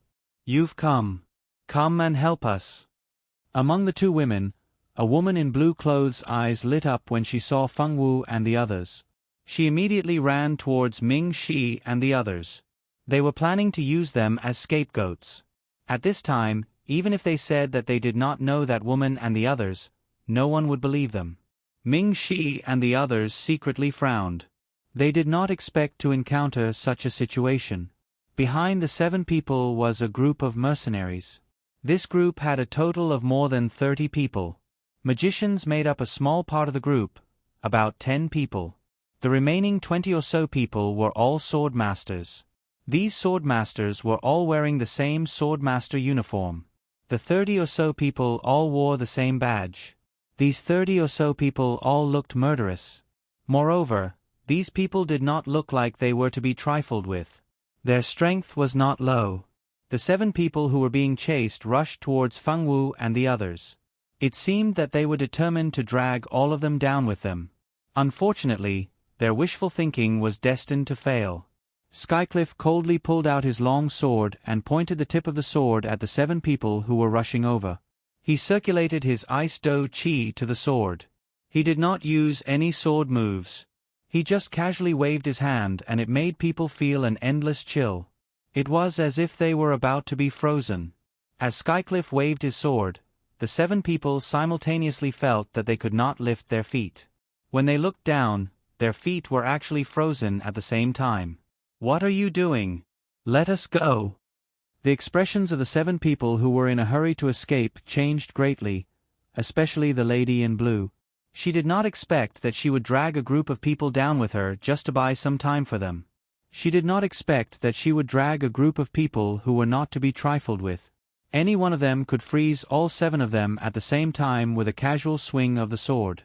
If they still thought that the other party was a soft persimmon that they could pinch at will with such strength, then they were too retarded. "Friends, thank you for your help." A middle-aged swordmaster walked out from the group of mercenaries who were chasing them and nodded to Ming Shi and the others. Looking at the other party's expression, it was obvious that he did not believe the words of the 7 people. That was right. Those who could survive in the 2-realm battlefield were not idiots. That lady in blue could think of dragging people down with her. Could others not see through her intentions? No need to be polite. They overestimated themselves. Skycliff looked coldly at the 30 mercenaries, put away his long sword, and turned to walk back to the group. Skycliff's behavior was very rude. Some people in the mercenary group immediately glared angrily at Skycliff, but no one spoke up to denounce him. As expected, those who could survive in the 2-realm battlefield were not idiots. Casually making enemies without understanding the strength of others was the rhythm of wanting to die.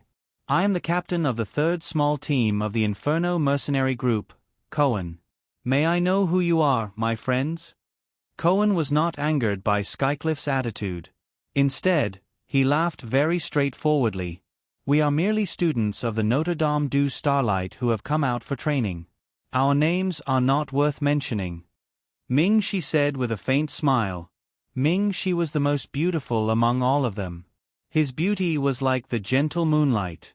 That faint smile was like a ray of moonlight that suddenly appeared in the darkness, shining into the hearts of others. This person was too good-looking. Cohen sighed inwardly. Compared to this person's looks, their group was like a group of butchers who could not be seen in public.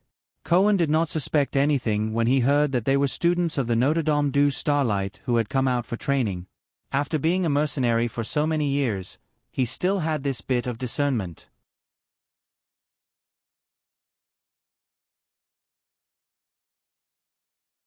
Chapter 132. Let us go. Do you know who we are? We're from the Italy family. If you dare to hurt us, the Italy family will never let you off. Beside the blue-clothed woman, a green-clothed woman was shouting crazily. Ming Shi wasn't the least bit interested in why they were fighting with these 7 people. He said his goodbyes and led his people to leave. "Wait a moment, students. Something big might happen in the 2-realm battlefield. If you're only here to train, it's better to leave quickly." Of course, Ming Shi team wasn't the only one who noticed the abnormality in the valley. The other experienced people also noticed it. Letting Ming Shi and the others leave at this time was indeed out of goodwill. He didn't want to see such a young group of students with a bright future get into trouble in the 2-realm battlefield. "Thank you for your concern, but we'll be careful." Ming Shi's gaze became even more sincere because Cohen sincerely wanted to remind them. Although they had already noticed that something was wrong with the valley, they still had to accept his kindness. Seeing that Ming Shi had taken his advice, Cohen didn't care whether they planned to leave or stay. After all, they were just strangers who had met by chance. He couldn't care too much about Ming Shi and the others. It was already good enough that he was reminded. After Ming Shi and the others took a detour and left, they didn't care about what would happen to the two teams. Before night fell, the group found a good place to set up camp and cook. Unlike Feng Wu and the others who only had the habit of carrying dry rations, Ming Shi team's people went out to train every year. They were already used to carrying all kinds of spices and ingredients with them. This way, when they didn't want to eat dry rations, they could still make something to eat. "We'll help too." Zicheng took the pot from Elena's hands and helped her set it up. Eve helped Elena wash the vegetables. The water used to wash the vegetables was conjured by Zicheng using water magic. On the other hand, Irene was holding a kitchen knife and peeling potatoes. Fortunately, potatoes were very popular even in this world. Moreover, the potatoes in this world were very big, several times bigger than the potatoes on Earth. "Feng Wu, come help me cut the vegetables." Elena saw Feng Wu standing there in confusion. She didn't seem to know what to do. Her heart softened. She handed the kitchen knife to Feng Wu and asked her to help cut the vegetables. Feng Wu took the kitchen knife, and her eyes lit up. This was the first time that someone had given her a job related to the kitchen. The Feng Wu girl was a little excited. Ajur had just finished setting up the tent for the night with the other boys. When he turned around, he saw Feng Wu cutting vegetables. She was cutting vegetables. This should be fine, right? As long as I don't let Feng Wu cook, there should be no problem, right? Ajur was a little uncertain. He knew that Feng Wu's cooking was simply dark cuisine. He remembered that he didn't know any better and asked Feng Wu to cook once. In the end, he fainted for a full 20 minutes after taking a bite. 20 minutes. If someone wanted to harm him, 20 minutes was enough for him to die several times over. Moreover, after he woke up, he couldn't eat for 3 days. He vomited whenever he ate. In just 3 days, he lost 5 pounds. That was an unbearable past. It was too sad to think about it. It was better not to think about it. Otherwise, he wouldn't be able to eat dinner. When Ajur thought about this dark history, his stomach started to churn. No, he definitely couldn't let Xiao Wu cook dinner.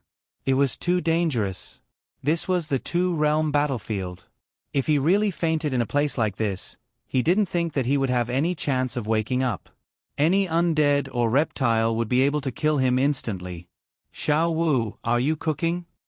Ajur carefully moved closer, his voice carrying a hint of caution. Eve didn't want Feng Wu to falsely claim Zicheng's credit, so she immediately said loudly, "Little Cheng is the one cooking today." Little Cheng's culinary skills are very good. Many of the popular delicacies out there are from Little Cheng's hands. "Is that so? Then you guys cook well. I won't disturb you." So it wasn't Xiao Wu who was cooking. Ajur heaved a huge sigh of relief. His entire body relaxed. He turned and waved at Feng Wu, then ran into the forest to pick up branches. "Feng Wu, what is he doing here?" The aroma of dinner wafted out from the pot from time to time. Zicheng had made a pot of potato and beef stew. It was very fragrant. Ruglas and Auguros both praised Zicheng's culinary skills. Junior Zicheng's hands are really too skillful. She can actually make such delicious food. If only Elena's culinary skills were half as good as Zicheng's, then we wouldn't have to worry about not having a good meal when we travel. Ruglas sighed happily as he ate the beef in his bowl. Auguros discreetly sat further away. This idiot. "So you're saying that Junior Ruglas is very dissatisfied with my culinary skill?" The last word was slightly dragged out, causing all the hairs on Ruglas' body to stand up. Only then did he realize how big of a mistake he had made. He actually dared to say that Elena's culinary skills were not good in front of her. Wasn't that a sign of wanting to die? "Big Sister Elena, I was wrong. I was confused and said the wrong thing. Can you be magnanimous and pretend you didn't hear it?" Ruglas was like a little wife who was being abused. He hugged his bowl with tears in his eyes. The scene was too beautiful, and everyone expressed that they didn't want to see it. No. Can. Elena gently put down her bowl and walked to Rugras's side in an extremely ladylike manner. Her snow-white little hand took away the bowl that was tightly held in his hand and conveniently put it aside. After that, she lifted Rugras up as if he was a chick. "Save me! I won't dare to talk nonsense anymore." Ruglas cried out miserably. It was a pity that the companions beside him didn't have any love for their companions. No one extended a helping hand to him. Because Ruglas was looking for trouble, Elena pulled him to the side to teach him a lesson. The others either ate or watched the show. Arguros was still waving a little handkerchief that he had gotten from who knows where, lightly waving it there. "Is Senior Ruglas all right?" Zicheng looked worriedly at the two people who had disappeared into the bushes. "Don't worry about them. Don't worry, they will definitely leave him alive." Arguros put away the little handkerchief and said without worry. "All right."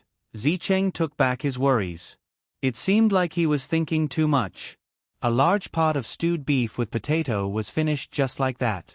The second night in the two-realm battlefield was still so peaceful. It was so peaceful that it was frightening. The news of the divine tomb appearing in the two-realm battlefield spread like wildfire. No one knew where this news came from. When everyone discovered it, almost everyone who was still training in the two-realm battlefield already knew about it.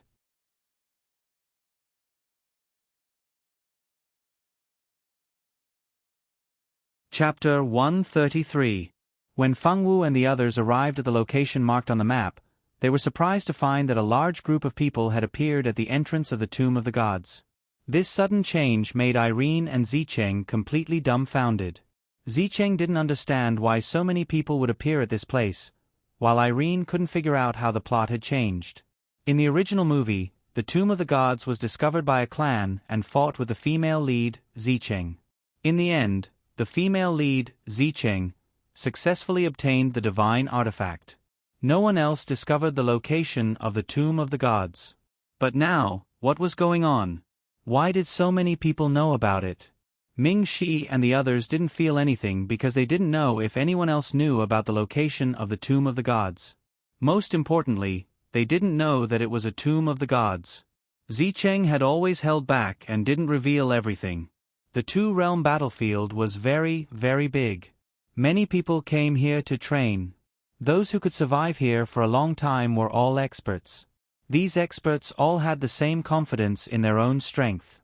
At the same time, they wouldn't underestimate anyone who appeared in the two-realm battlefield. Because the news of the Tomb of the Gods appearing had suddenly spread, people gathered here from time to time. The entrance of the Tomb of the Gods was already surrounded by forces of all sizes. It was impossible for anyone to enter the Tomb of the Gods without alerting others. Because there were simply too many people who rushed to the entrance of the Tomb of the Gods and wanted to enter to search for treasures, Ming Shi and the others who suddenly appeared naturally didn't attract too much attention. Ming Shi and the others could tell that the situation wasn't right. The group didn't do anything that would attract attention. They quietly found a place and stood there. They were a little confused about the current situation. Some people were born with bodies of light. Even if they stood there and didn't say anything, they would definitely attract attention. Most of Ming Shi's group had this potential. There was the gentle and beautiful Zicheng, the beautiful and generous Elena, the bright and cheerful Irene, and the black-haired and black-eyed Fengwu, who had a unique oriental charm. Even Eve and Rika were beautiful women. Among the men, Ajur had a head of fiery red hair and was surrounded by waves of fire elements. Skycliffe's cold eyes with a faint murderous aura, Ming Shi's perfect face that was as beautiful as the moon, and the gentle and natural aura that surrounded him. The three men with different temperaments naturally attracted the attention of many people. Many female adventurers focused their gazes on the three of them. As for the other men, they didn't have any distinguishing features. The women said that they didn't notice there were other men in the team. The men who didn't look were speechless. "Hey! Are you also here to look for treasures in the Tomb of God?" Not far from Ming Shi's group stood another group of people. There were both men and women in this group. They were obviously very interested in the people of the Ming-Shi team. After staring at them for a few minutes, a young man who looked a little slovenly finally came over. "You too?" Arguros, as the little diplomatic expert of the Ming-Shi team, naturally took the job of the ambassador of the Ministry of Foreign Affairs. But what the hell was the Tomb of God? Wasn't this an ordinary ancient tomb? Whether it was Ajur or Rugla's, they all looked at Zicheng secretly, wondering if she knew that this ancient tomb was actually the Tomb of God. Ajur became suspicious of Zicheng and made a decision in his heart. If they really enter the ancient tomb, they must be careful of the girl called Zicheng. That girl didn't look very honest. Although Ruglas and the others also had some doubts, they didn't immediately convict Zicheng. Maybe she really didn't know. And even if she knew, she was the one who found the information about the Tomb of God. It was reasonable for her to hide something. After all, the temptation of the Tomb of God was too great, and it was necessary to guard against people. Zicheng's impression in the hearts of these people changed a little because of this incident. "Didn't you say it was an ancient tomb?" Fengwu asked, puzzled. The Fengwu girl didn't mean anything else. She was just curious about this matter. Unfortunately, in the ears of some people, it wasn't the case. Zicheng bit her lip. Her expression was a little bad, and her eyes revealed a sense of uneasiness and grievance. "I'm sorry, Xiao Wu. I really didn't know that this was a tomb of God. I really thought it was an ancient tomb." Zicheng acted like an ignorant girl and vividly portrayed the grievance of being misunderstood. If she didn't know the truth beforehand, Irene would have applauded her acting. "What do you mean? Are you blaming Little Cheng? Little Cheng hasn't been here before. She didn't mean to lie to you." Eve, who had always been the most protective of Zicheng, naturally jumped out to make her presence known. "Ladies, this is indeed a tomb of God. However, the news of this tomb of God suddenly spread yesterday. No one knows where it came from. In any case, this news seemed to have spread throughout the entire two-realm battlefield overnight. Even the exact location of the Tomb of God was spread. We came here to verify it." That young man didn't seem to notice the undercurrent between the girls as he spoke with a calm expression. "So it's like that. We also heard that an ancient tomb had appeared nearby, so we wanted to try our luck. We didn't expect that this wasn't an ancient tomb, but a tomb of God." Arguros timely expressed her surprise at this matter. "Then the person who passed the news to you must have misheard." The appearance of the Tomb of God is a grand occasion for the entire continent. Who knows how many experts are rushing here? Right now, several large mercenary groups have already surrounded the entrance of the Tomb of God. Unless the key to open the Tomb of God is gathered, no one can enter. Key? There's a key to open the Tomb of God? Why hadn't they heard of this before? Of course there's a key. This is a Tomb of God. If you don't have some tricks up your sleeve, not just anyone can enter. The young man said. "Then who has the key?" Pei Qing couldn't help but ask. The young man turned to look at Pei Qing. "It should be with the Raging Inferno mercenary group. That's what the rumors say outside." Raging Inferno mercenary group. This name was too familiar. Didn't they meet them yesterday? Arguros thought about how the young man in front of her said that the news of the Tomb of God had suddenly spread yesterday, and that they had met the Raging Inferno mercenary group yesterday to capture those 7 people. Could it be that there was some kind of relationship between the two?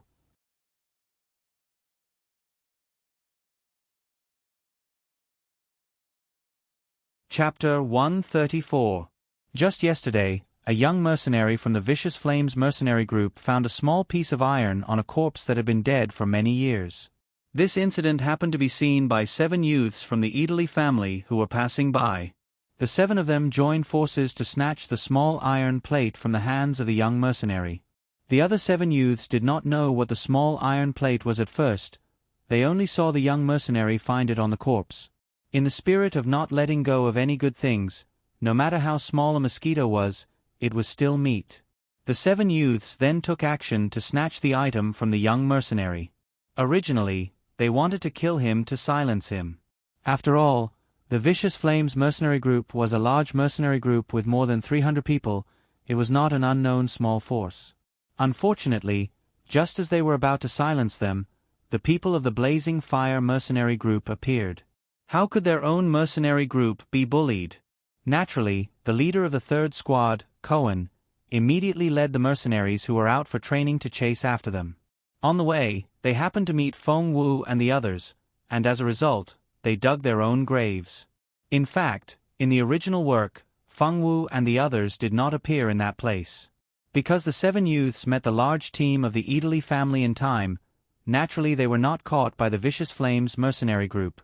Unfortunately, in this life, because of Feng Wu and the others, the original script was changed.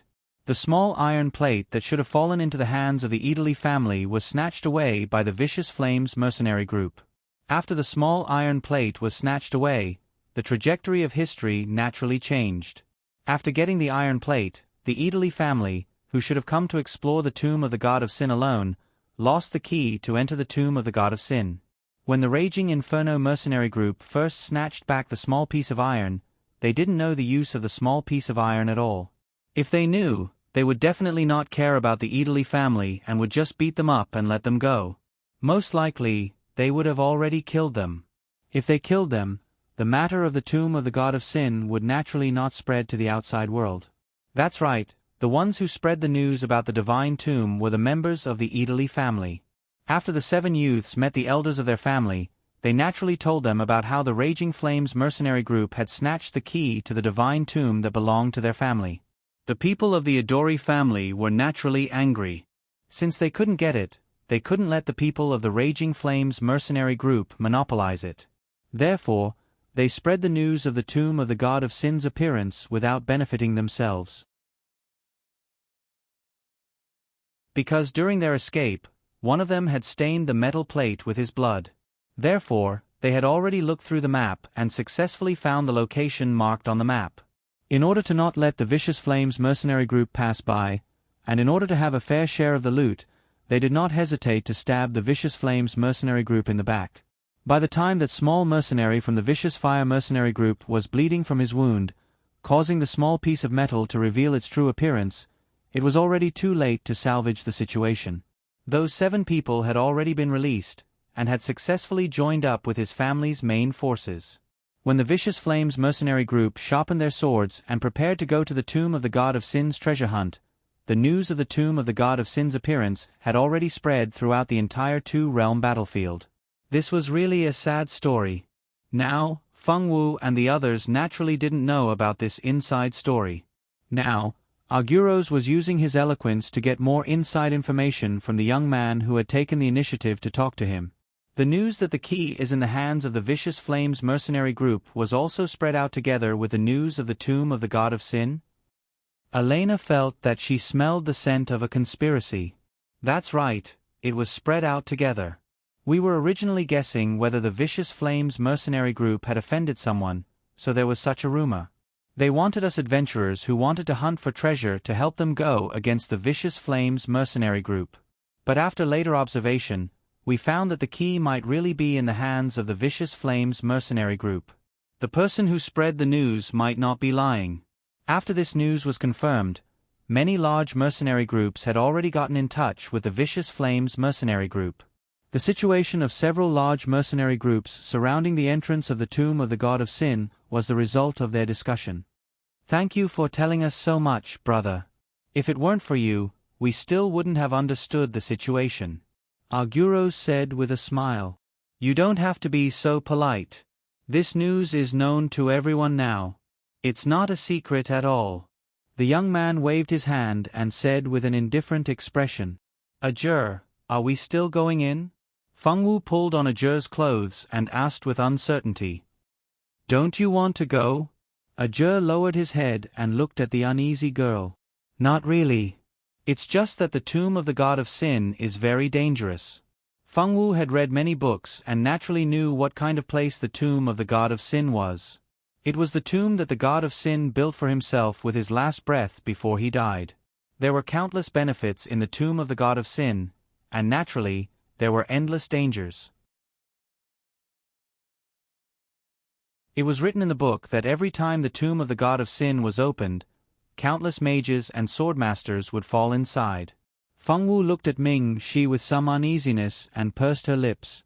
Ming Shi felt Feng Wu's gaze and looked back at her, nodding gently at her. You don't have to go in if you're afraid of death. No one asked you to go with us. The person Eve hated the most was naturally Feng Wu. Before she entered the Notre Dame du Starlight, Eve had a one-sided feud with Feng Wu. After that, the feud between the two deepened to the point that it was irreconcilable. In addition, Feng Wu had just suspected her good friend Zicheng, so her anger towards Feng Wu was off the charts. Shut up if you don't want to die. Ajur looked at her with disdain, not bothering to hide the viciousness in his eyes. You're the heir of the 4 god seals. How can you threaten a girl so easily? Eve said unhappily. Fortunately, Ajur had already set up a soundproof barrier when Eve spoke. If he hadn't acted quickly, his identity would have been known to everyone. Eve. How can you talk about Ajur's identity in a place like this? Irene naturally jumped out at this time to improve Ajur's favorability. I didn't say anything wrong. It's not like his identity is shameful. Why can't I say it? Eve glanced at Irene indifferently. Eve disliked Aaron's meddling in other people's business. Yeah. Could it be that Ajur is afraid that after his identity as the heir of the 4 god seals is exposed, people will know that he casually used the power of the god seals to make things difficult for girls? Rika suddenly spoke at this time. Rika had always held a grudge against Ajur for using illusions to make her lose face. Now that Ajur and Eve were going against each other, she naturally wanted to help Eve make Ajur suffer.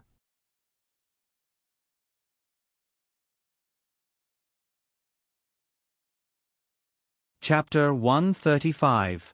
When Zicheng saw that the 2 people beside him had joined forces to make things difficult for Ajur, he became a little anxious. Each of the successors of the 4 god seals would be a peerless expert in the future. To be honest, Zicheng did not want to offend the successors of the 4 god seals. He wanted to open his mouth to mediate the conflict between the 2 sides, but unfortunately, Ajur did not want to wait for others to mediate. Haven't you been taught a lesson enough? Do you want to do it again? Ajur's voice seemed to come from hell, full of malice. You! Rika was so angry that her breasts were constantly heaving up and down. Unfortunately, none of the men present were in the mood to enjoy this beautiful scene. Rika never dreamed that in front of so many people, Ajur would dare to threaten her like this. However, after suffering a loss in Ajur's hands, she deeply understood how crazy this man in front of her could be. She believed that he would definitely do something like running around naked in front of so many people. Don't quarrel anymore. Rika, Eve, the situation is already chaotic enough. We can't have internal strife. Zicheng pulled one in each hand and took the 2 girls away from Ajur's side. He made up his mind to keep an eye on them and not let them continue to mess around like this. When the 2 girls were pulled away, Elena and Ruglas, who were planning to mediate, naturally did not have the opportunity to appear.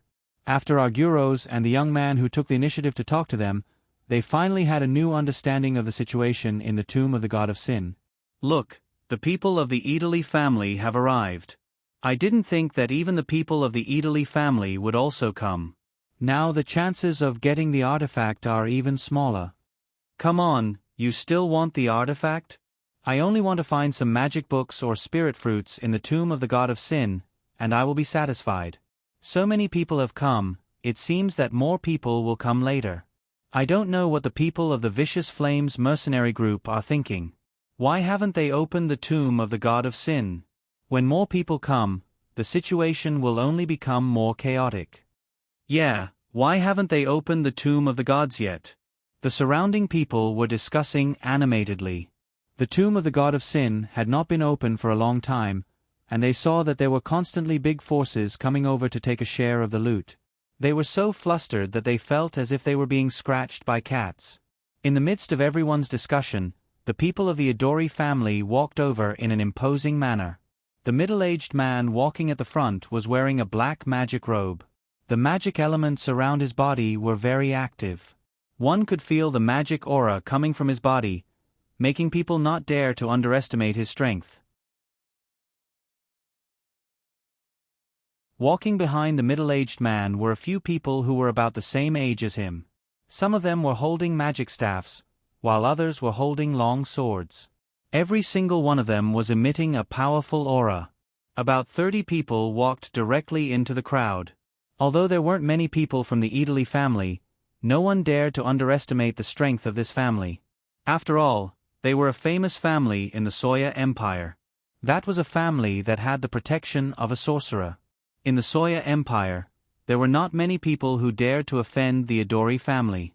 Big brother, look, isn't that the group of people who stopped us yesterday and caused us to be caught by the Inferno mercenary group? The girl who spoke was wearing a blue tulle dress. She was holding a magic staff in her hand. She was very beautiful. It's really them, Big Brother Abel. We can't let them go. If we don't kill those people, I won't be able to get rid of this anger in my heart. A girl in pink looked at Feng Wu and the others. Her beautiful big eyes were full of hatred. The hatred in her eyes was almost tangible. If looks could kill, Feng Wu and the others would have been killed a few times already. Angela, Bonnie, don't worry. We will definitely kill those guys. Abel looked at the direction of Ming Shi and the others viciously and walked towards the 7th elder who was walking in front. This 7th elder was one of the 12 elders of the Idori family. He was very strong. This time, he was responsible for leading some of the family's younger generation with potential to gain experience. He didn't expect to encounter such a big event in the tomb of the God of God in this place. The 7th elder hated the Inferno mercenary group who robbed the key to the tomb of the God of God from the Idori family. After Abel told him that the key was taken away by the Inferno mercenary group because someone stopped them, the 7th elder naturally wouldn't let go of those who stopped the younger generation of the Idori family and helped the Inferno mercenary group to get the key. Dealing with the Inferno mercenary group may take a long time, but dealing with a few young adventurers, the 7th elder had no pressure at all. As soon as Abel pointed out that the group of people was nearby, the 7th elder immediately decided to take care of that group of people. The people of the Idori family were not people that could be bullied by just any cat or dog. Ming Shi and the others sensitively felt that there was a malicious gaze falling on them. When they looked back, they saw a group of people who they didn't know. Aren't those young people the guys who wanted to drag us into the water yesterday? It was Irene who found the young people standing at the back. Otherwise, they didn't know when they would realize when they got into trouble. It's really them. I think I heard them say that they are from the Idori family. Arguros said after thinking for a while. It seems that they want to kill us. Skycliff said coldly. After entering the tomb of the God of God, everyone must be careful. I suspect that they will do something to us in the tomb of the God of God. Ming Shi frowned slightly. Obviously, he didn't expect that an accident would cause such a big trouble. They must have thought so. Ting Feng and Ting Yu said in unison. Abel originally wanted the 7th elder to take them immediately and kill those people here. Unfortunately, the 7th elder didn't want to kill the students of the Notre Dame du Starlight in front of everyone. The Notre Dame du Starlight was not a small force on the continent. Although it was only a school, everyone knew that the relationship between the Notre Dame du Starlight and the Star Hall had always been very good. Moreover, the Dean of the Notre Dame du Starlight and the Lord of the Star Hall had an extraordinary status. On this continent, they were like gods. The 7th elder didn't want their Idori family to provoke a big force like the Notre Dame du Starlight. Although they didn't want to provoke the people of the Notre Dame du Starlight, they had to avenge the loss of the key to the tomb of the God of God. The 7th elder decided that after entering the tomb of the God of God, they would catch Ming Shi and the others in one fell swoop. By that time, even the Notre Dame du Starlight wouldn't know that it was them. The 7th elder's idea was very good, but would it go so smoothly? Why do they want to kill us? Feng Wu didn't quite understand. They didn't know those people, so why would they want to kill them?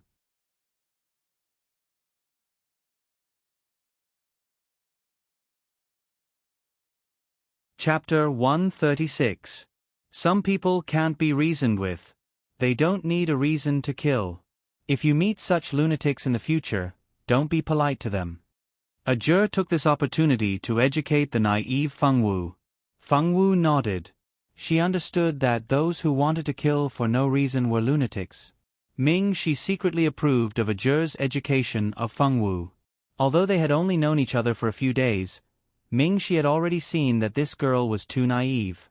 If she wasn't properly educated, she might be deceived by bad people in the future. "Isn't this Elder Farley? Are you the one leading the team this time?" A middle-aged man wearing a swordsman's uniform and the badge of a mercenary group had a subtle smile on his face as he looked at the group of people from the Italy family. The seventh elder heard the voice and looked at the newcomer with a cold glint in his eyes. "Captain Ando has also come. You really came quickly. I heard that the news of the Divine Tomb's appearance spread so quickly because of Elder Farley's contribution. Our mercenary groups should properly thank Elder Farley." Ando, the captain of the 4th squad of the werewolf mercenaries, smiled with incomparable sincerity. "You don't have to thank me. This elder just doesn't want the Raging Inferno mercenary group to monopolize the Divine Tomb. This Divine Tomb belongs to our entire continent. How can we let the Raging Inferno mercenary group monopolize it?" The 7th elder Farley was not someone easy to deal with. He was clearly being mocked by others, yet he could still smile so naturally. Ando secretly sneered, "What a nice way to put it. Who doesn't know that you want to take advantage of the chaos? You want to use our forces to force the Raging Inferno mercenary group to open the Divine Tomb and let us explore together. Then your Italy family can take advantage of the chaos, right? Humph. If it wasn't for our Italy family, how could your mercenary groups know about the existence of the Divine Tomb? Ungrateful things." The two old foxes were clearly cursing each other to death in their hearts, but they didn't show any dissatisfaction on their faces. Should they say that they were indeed worthy of being the upper echelons of a large force? "Farley, you're here too. How come only you came out of the 12 elders of the Adori family? Can you protect the little ones behind you by yourself?" At this time, another person walked over. This person's voice carried a sinister tone, and he had heavy dark circles under his eyes. He held a long magic staff in his hand, and the dense aura of mana pulsing around him made it clear that this person was not someone to be trifled with. "There's no need for you to worry, Shiat. You should worry about your Lienya family," Farley snorted coldly and led his clansmen to the side to wait for the god tomb to open. "Our Lienya clan has produced many capable people. Your Italy clan doesn't seem to have produced any capable talents in recent years." Shiat sneered with a mocking expression. The group of juniors standing behind Faili glared at Shiat, but Shiat just snorted in disdain. This snort, which contained mana fluctuations, immediately turned into mana fluctuations that attacked the juniors of the Adori family. The juniors of the Adori family obviously didn't realize that they were about to be plotted against. How could a magic expert be discovered by a few insignificant juniors when he made a move? Attacking the juniors, Shiat, you're still so shameless. Farley stabbed his magic staff into the ground and the invisible attack was immediately eliminated. Humph. Shiat snorted coldly and led the people of the Lienya family away without looking back. Those who could be here weren't idiots. Their goal was the treasures in the god tomb, so they didn't want to waste their fighting strength at the entrance. The elders of the other families and the mercenaries didn't say anything. At this time, the most important thing was to preserve their strength. They didn't want to meddle in other people's business. Fortunately, Farley and the others only said a few words and then found a place to wait. There was no more communication. After half an hour, more and more people came to the entrance of the legendary tomb of the god of sin. Finally, the people of the Inferno mercenary group appeared. As soon as the members of the Inferno mercenary group appeared, they were immediately welcomed by everyone. At this time, everyone wanted to strive to enter the god tomb as soon as possible. "Captain Cohen, it's been a long time since we last saw each other. We'll have to trouble Captain Cohen to explore the god tomb." Yes, Captain Cohen was able to obtain the key to the god tomb. His luck is really heaven-defying. We are really envious. Brother Cohen, after entering the god tomb, don't forget to take care of our Wild Lion mercenary group. We aren't as familiar with the terrain of the god tomb as Brother Cohen. The captains of these large mercenary groups and the elders of the major families all gathered around in an instant. They were all talking to each other. In short, they expressed one thing. It was almost time to open the tomb of the god of sin, and if there was a map of the tomb of the god of sin, they should share it. When Cohen heard this, he wanted to send these guys flying with a kick. What the hell was this? The Inferno mercenary group was very happy to obtain the opportunity to enter the god tomb, but he was only responsible for bringing a few new mercenaries to gain experience. There were only a few experts in the group. What was the point of exploring the god tomb at this time? Could they really come out after entering? Cohen was very doubtful of this, but he had no choice but to enter. Now that everyone knew that the key to the god tomb was in Cohen's hands, if he didn't open the god tomb, he was sure that these people who were waiting to enter the god tomb to search for treasures would be inhumane and directly kill him to snatch the key. Although he had already sent one of his fastest men to the headquarters to inform the guild leader still needed some time to travel. He could only hope that the guild leader would be able to arrive before they left the tomb of the gods. Like Cohen, there were many people who had sent people back to inform the forces behind them. Not many of the true experts of the major forces had come here. If they wanted to obtain the benefits of the god tomb, they definitely wouldn't be enough. Reinforcements from the rear were necessary. Let's quickly go to the other side. Zicheng's eyes flashed when he saw Cohen appear. Ah, why? Auguros asked, puzzled. The others also looked at Zicheng with puzzled eyes. While everyone was gathered in front of the legendary entrance to the god tomb, no one noticed that a small group of people was quietly leaving from the other side. After avoiding most of the people, Zicheng led Ming Shi and the others to a very secluded place. There were only some mutated plants around. There were many experts in their group, so dealing with one or two mutated plants was naturally not a problem. This is the other entrance? Irene pointed at a smooth stone wall and asked.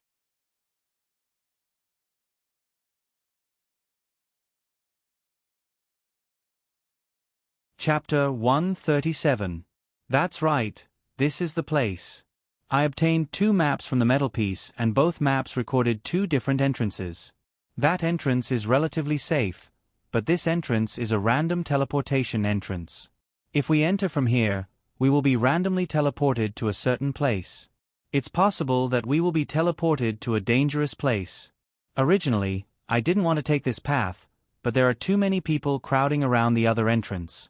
Moreover, the people from the Idori family obviously have ill intentions towards us.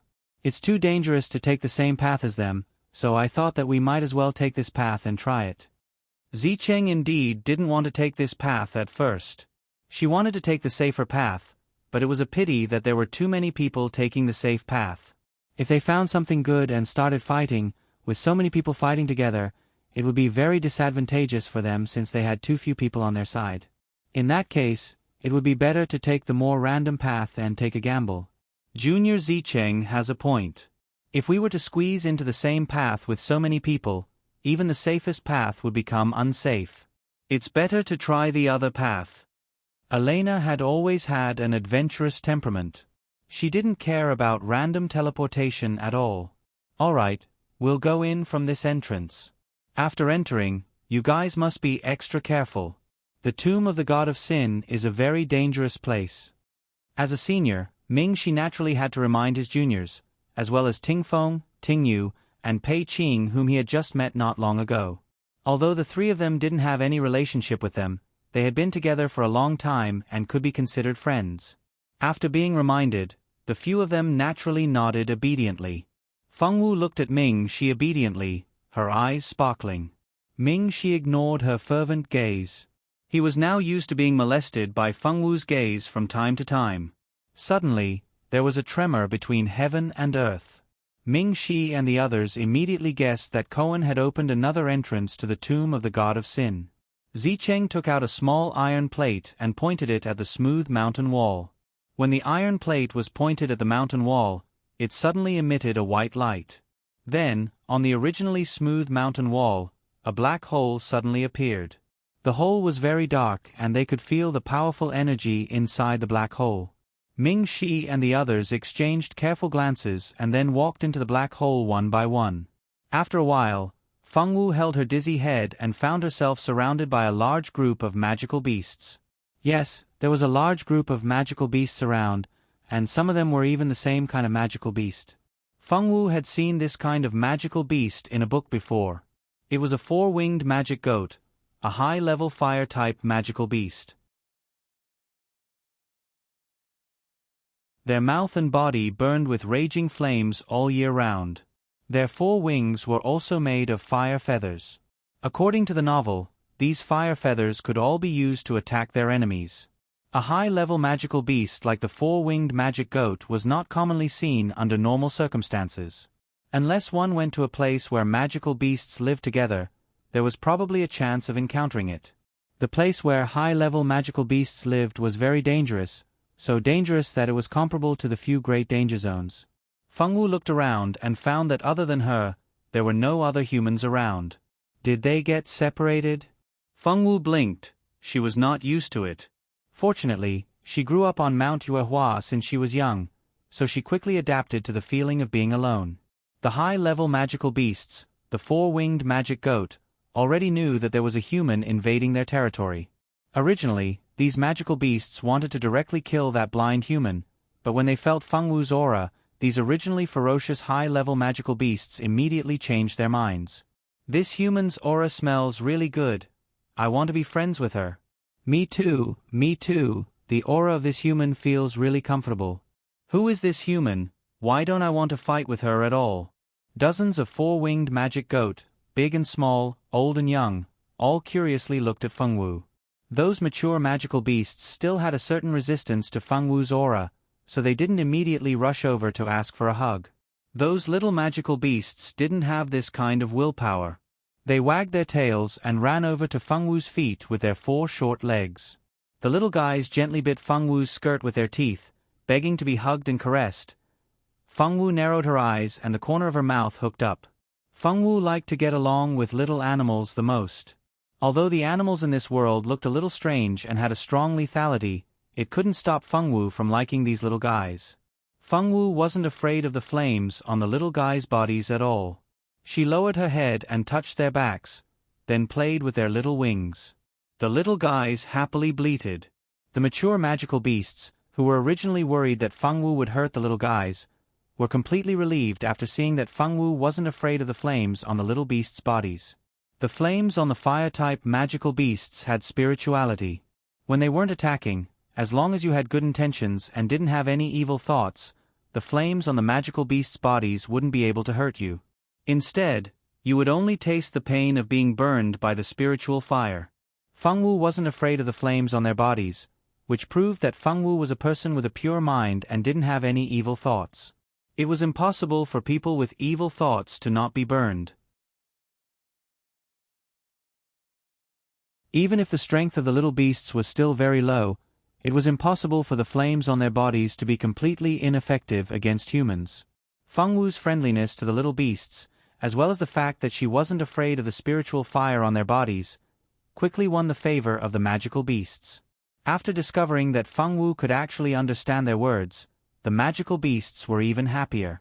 They welcomed Feng Wu into the cave where they lived and took out their favorite spiritual fruits to entertain Feng Wu. Feng Wu held a high-grade spiritual fruit that could strengthen one's body and ate it in small bites. She didn't think that this spiritual fruit was so precious to the outside world. To Feng Wu, this was just a small gift from her new friends. Feng Wu was eating the spiritual fruit here, but the others weren't so lucky.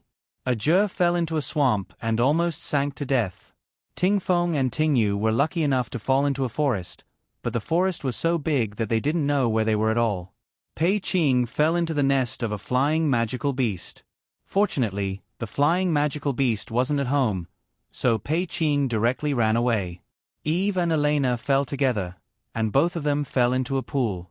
If it wasn't for Elena's quick reaction, the two of them would have become food for the magical beasts. Skycliff's ice attribute might be too strong, so he actually fell into an ice source, surrounded by ice and snow. Fortunately, he was a top master who had comprehended the ice sword intent, so he was very lucky to fall into a place surrounded by ice and snow.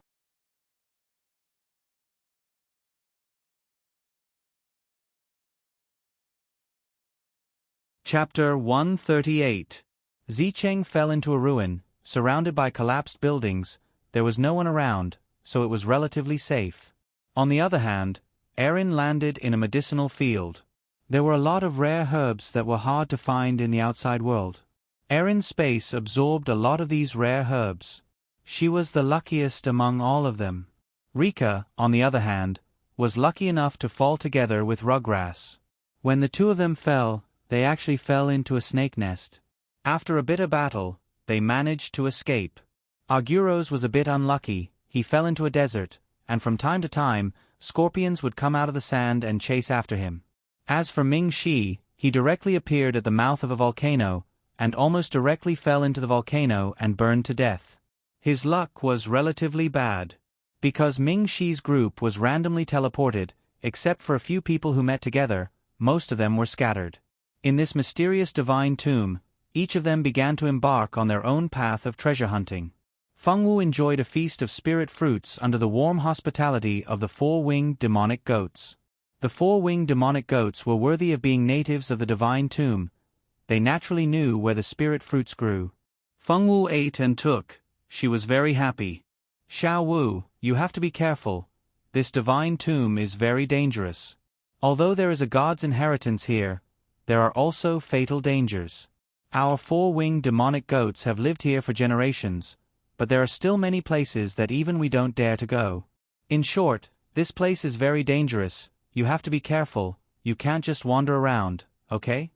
A mother of a little demonic goat lovingly looked at Fengwu, and worriedly warned her again and again. Yes, you have to be careful. We sense that a lot of humans have entered here. Humans are very bad, Xiao Wu. Don't easily trust others. Of course, Xiao Wu is not bad. Xiao Wu is a good person. A four-winged demonic goat girl who was about to reach adulthood said very cutely. The four-winged demonic goats liked Fengwu very much. They were very worried that Fengwu girl would lose her life in this place, so they told Fengwu all the safe places they knew. But this divine tomb was a small world created by the god's divine power. The place was really too big. Even if their clan lived here for generations, they didn't know much, at most the information about this grassland. Once they left this grassland, the four-winged demonic goat's eyes were also dark. They didn't know anything. Carrying the spirit fruits given to her by the kind magical beasts and waving goodbye to the cute four-winged demonic goat clan, Fengwu embarked on her journey alone. When Ajur entered this divine tomb, he warned her not to be anxious if she accidentally got separated from everyone, and explore by herself first. When she met her companions, she had to carefully protect herself. Other than the members of their expert team and the seniors of the Ming Shi team, she couldn't easily trust others, even if it was Zicheng and Irene. Fengwu didn't understand why she couldn't trust Zicheng and the others. Fortunately, Fengwu wasn't a curious person, so she didn't ask and just obediently listened. Walking alone on the grassland, the white clouds in the sky fluttered with the wind. The sun was very warm above her head, and from time to time, she could see some magical beasts passing by. Fengwu's body had a strong affinity. Even if it was a ferocious magical beast, as long as it was an intelligent creature, it definitely wouldn't have any malice towards Fengwu. Those with a bad temper would at most ignore her. In the direction of another entrance, the hundreds of people who entered the divine tomb were facing a difficult choice. Cohen, have you chosen which path to enter? A small captain of a large mercenary group walked in front of Cohen, wanting to inquire about some information. After the divine tomb opened, everyone entered the divine tomb. The space inside the divine tomb was extraordinarily large. As soon as they passed through the entrance, they entered a large hall. Aside from a few large doors, there was nothing else in the hall. Each of these doors was engraved with complicated patterns and looked very mysterious. Those who had not come out for the first time knew that behind each door, there must be a choice. If the choice was wrong, it was very likely that they wouldn't get anything and might even lose their lives. No one dared to be the first to choose which door to choose because the Inferno mercenary group was the first to get the key. Everyone wanted to know if the Inferno mercenary group had any inside information about these doors. How could Cohen not know why so many people were waiting here? After a wry smile, he said, "Everyone, you don't have to wait. We really don't know which door to choose. When we first got the map of the Divine Tomb and the Iron Key, we really didn't find anything else. The members of the Raging Inferno mercenary group wanted to curse more than once. What the hell was going on? The key was obviously discovered by their mercenary group first. It was okay that it was almost taken away, but it was not easy for them to snatch it back and let the whole world know about it. Now, their group was being closely monitored by other forces, afraid that they were hiding something. What could they hide? If there was really an internal map of the Divine Tomb, would they be standing here and scratching their heads? Most of them believed Cohen's words. After all, this was the Tomb of the Gods. It was already good enough that they could find the key and the map to the outside. If they wanted to get the map to the inside as well, they would be dreaming. Generally speaking, in a divine tomb like this, there would definitely be some inheritance left. There would also be many checkpoints to test the talent and luck of the inheritor. If even the map of the divine tomb appeared, how could they choose the inheritor? It wasn't that whoever got the map would automatically get the inheritance of a god. It was too easy, so easy that it was unbelievable. Thinking about it this way, it was more believable that Cohen's team didn't get the map of the divine tomb. Of course, those who believed in Cohen were rational people. There were also those who just wanted to try their luck. They didn't care whether Cohen really had the map or not. They just wanted to try their luck. What if Cohen lied? Wouldn't it be a good opportunity to follow them? In short, those who believed in Cohen began to choose the door they wanted to enter. As for those who didn't believe in Cohen, they all stared at Cohen's group, waiting to see which path they chose. In short, after a long time, the first person to make a choice appeared at the other entrance. How is this possible? Why am I in the desert? After someone entered a random door, he found that he was directly teleported to the desert. For a moment, there were exclamations everywhere.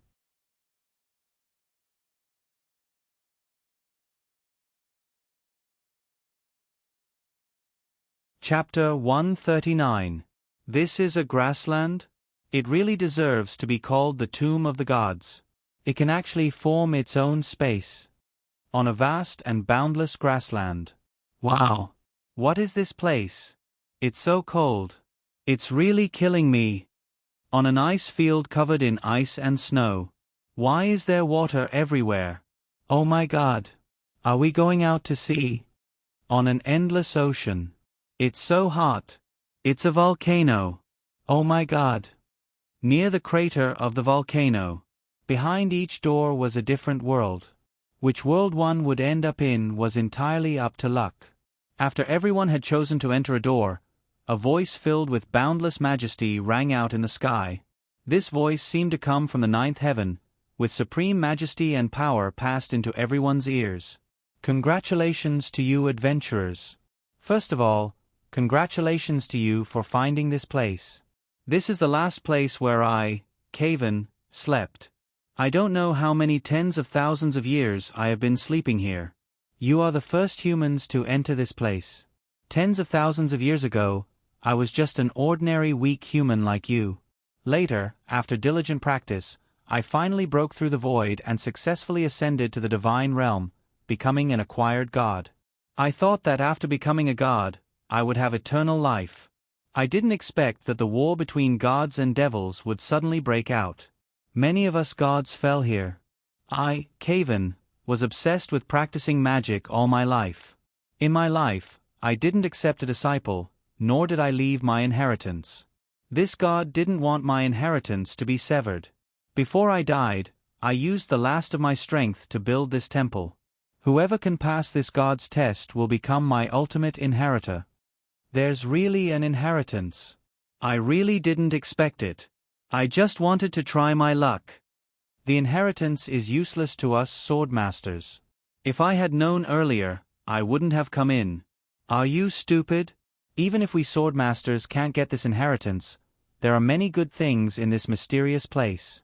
If we take some out, it will be enough for us to live comfortably for decades. That's reasonable. I thought too simply.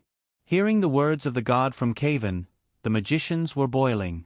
Although the swordmasters were disappointed, they didn't retreat. Instead, They were determined to find good things in the tomb of the gods. If they couldn't get the most important inheritance, they couldn't let go of other things. It seems that you are all ready. Now, the first test will begin. I believe everyone has seen the several doors in the hall, and you have made your choice. What I want to tell you now is that each door represents a small world.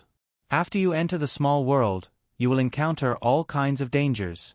Pick up your weapons and get rid of the obstacles in front of you. Use your wisdom to find a way to leave the small world. The first 100 people to leave the small world will enter the second round of the test. Do your best, adventurers. I will be waiting for you at the second stage. That dignified and powerful voice finally sounded, and all the adventurers who entered this place were on high alert, wanting to be the first to pass the first test. In the depths of the underground where no one could see, a black shadow opened its blood-red eyes excitedly. Come, come, come to me quickly. After waiting for so many years, this day has finally come. Ha ha ha ha. The adventurers who were transported into the small world naturally didn't know that there was an unidentified monster waiting excitedly for their arrival in the depths of the underground. These people were all dazzled by the inheritance of the gods and the treasures from the tomb of the gods. No one could imagine what was waiting for them in front of them. Fengwu stared blankly at the sky. After a while, she blinked her sour eyes. Find the exit? Fengwu muttered to herself and continued to move forward. Fengwu was a polite girl. In this grassland, Fengwu made many magical beast friends. When she saw them, she would take the initiative to greet them. She would also share her spiritual fruits with her friends. Those magical beasts would not take advantage of Fengwu. They would always repay their friends with better spiritual fruits and rare spiritual herbs. Fengwu's journey could be said to be smooth sailing. She didn't encounter any danger. Like Fengwu, the adventurers who entered the grassland map were not so lucky. In the endless grassland, there were thousands of magical beasts living. Most of them lived in groups. If you killed one, you would attract a group. The adventurers who entered this map suffered heavy casualties. It didn't take long for the originally quiet grassland to be filled with a faint smell of blood. It carried the smell of blood that floated on the grassland. It drifted further and further away, becoming thicker and thicker. Drew was an 18-year-old youth. When he was young, he had also participated in the entrance examination of the Notre Dame du Starlight. In the end, he failed. Since then, he had been practicing swordsmanship at home with his father. His father was an ordinary adventurer with average strength, but he wasn't weak either. After so many years, Drew had also practiced swordsmanship with his father. Not long ago, Drew's father had accepted a mission to collect some rare spiritual herbs. In the end, he was injured by the poison of the guardian magical beast. Now, he could only rely on some medicine to sustain his life. It was said that in the two-realm battlefield, there was a magical spiritual fruit that could cure all poisons in the world. The price of this spiritual fruit was so high that Drew couldn't afford it even if he earned money for his whole life. In order to beg his father, Drew could only go to the two-realm battlefield personally, hoping to find the spiritual fruit he needed. After coming to the two-realm battlefield, Drew met a few young people who had also come to the two-realm battlefield to gain experience. Because everyone was about the same age, they hit it off immediately and knew to move together. A few days after entering the two-realm battlefield, news of the appearance of the tomb of the god of sin came. Drew didn't have much interest in the tomb of the god of sin. He knew that with his strength, entering such a dangerous place like the tomb of the god of sin, his chances of survival were not high. However, his companions wanted to go very much. They even persuaded him that it would be easier to find the spiritual fruit he wanted in the tomb of the god of sin. Only then did he agree to enter the dangerous tomb of the god of sin together. After entering the entrance of the tomb of the god of sin, the door they chose led to a grassland. This grassland was very large, and they couldn't see the end of it at all. The appearance of the god of sin called Caven made his companions even crazier. They wanted to pass the test and obtain the inheritance of the god of sin. The magicians in their team showed their determination to obtain the inheritance. And at this moment, He was in a tough battle with his companions. Damn it, why are there so many wolves? A rather handsome young man gritted his teeth and cursed as he used fire magic to force back the pack of wolves. You're tuning in to the Narrate and Escape YouTube channel. Don't forget to subscribe and join us on this journey to catch the most captivating stories.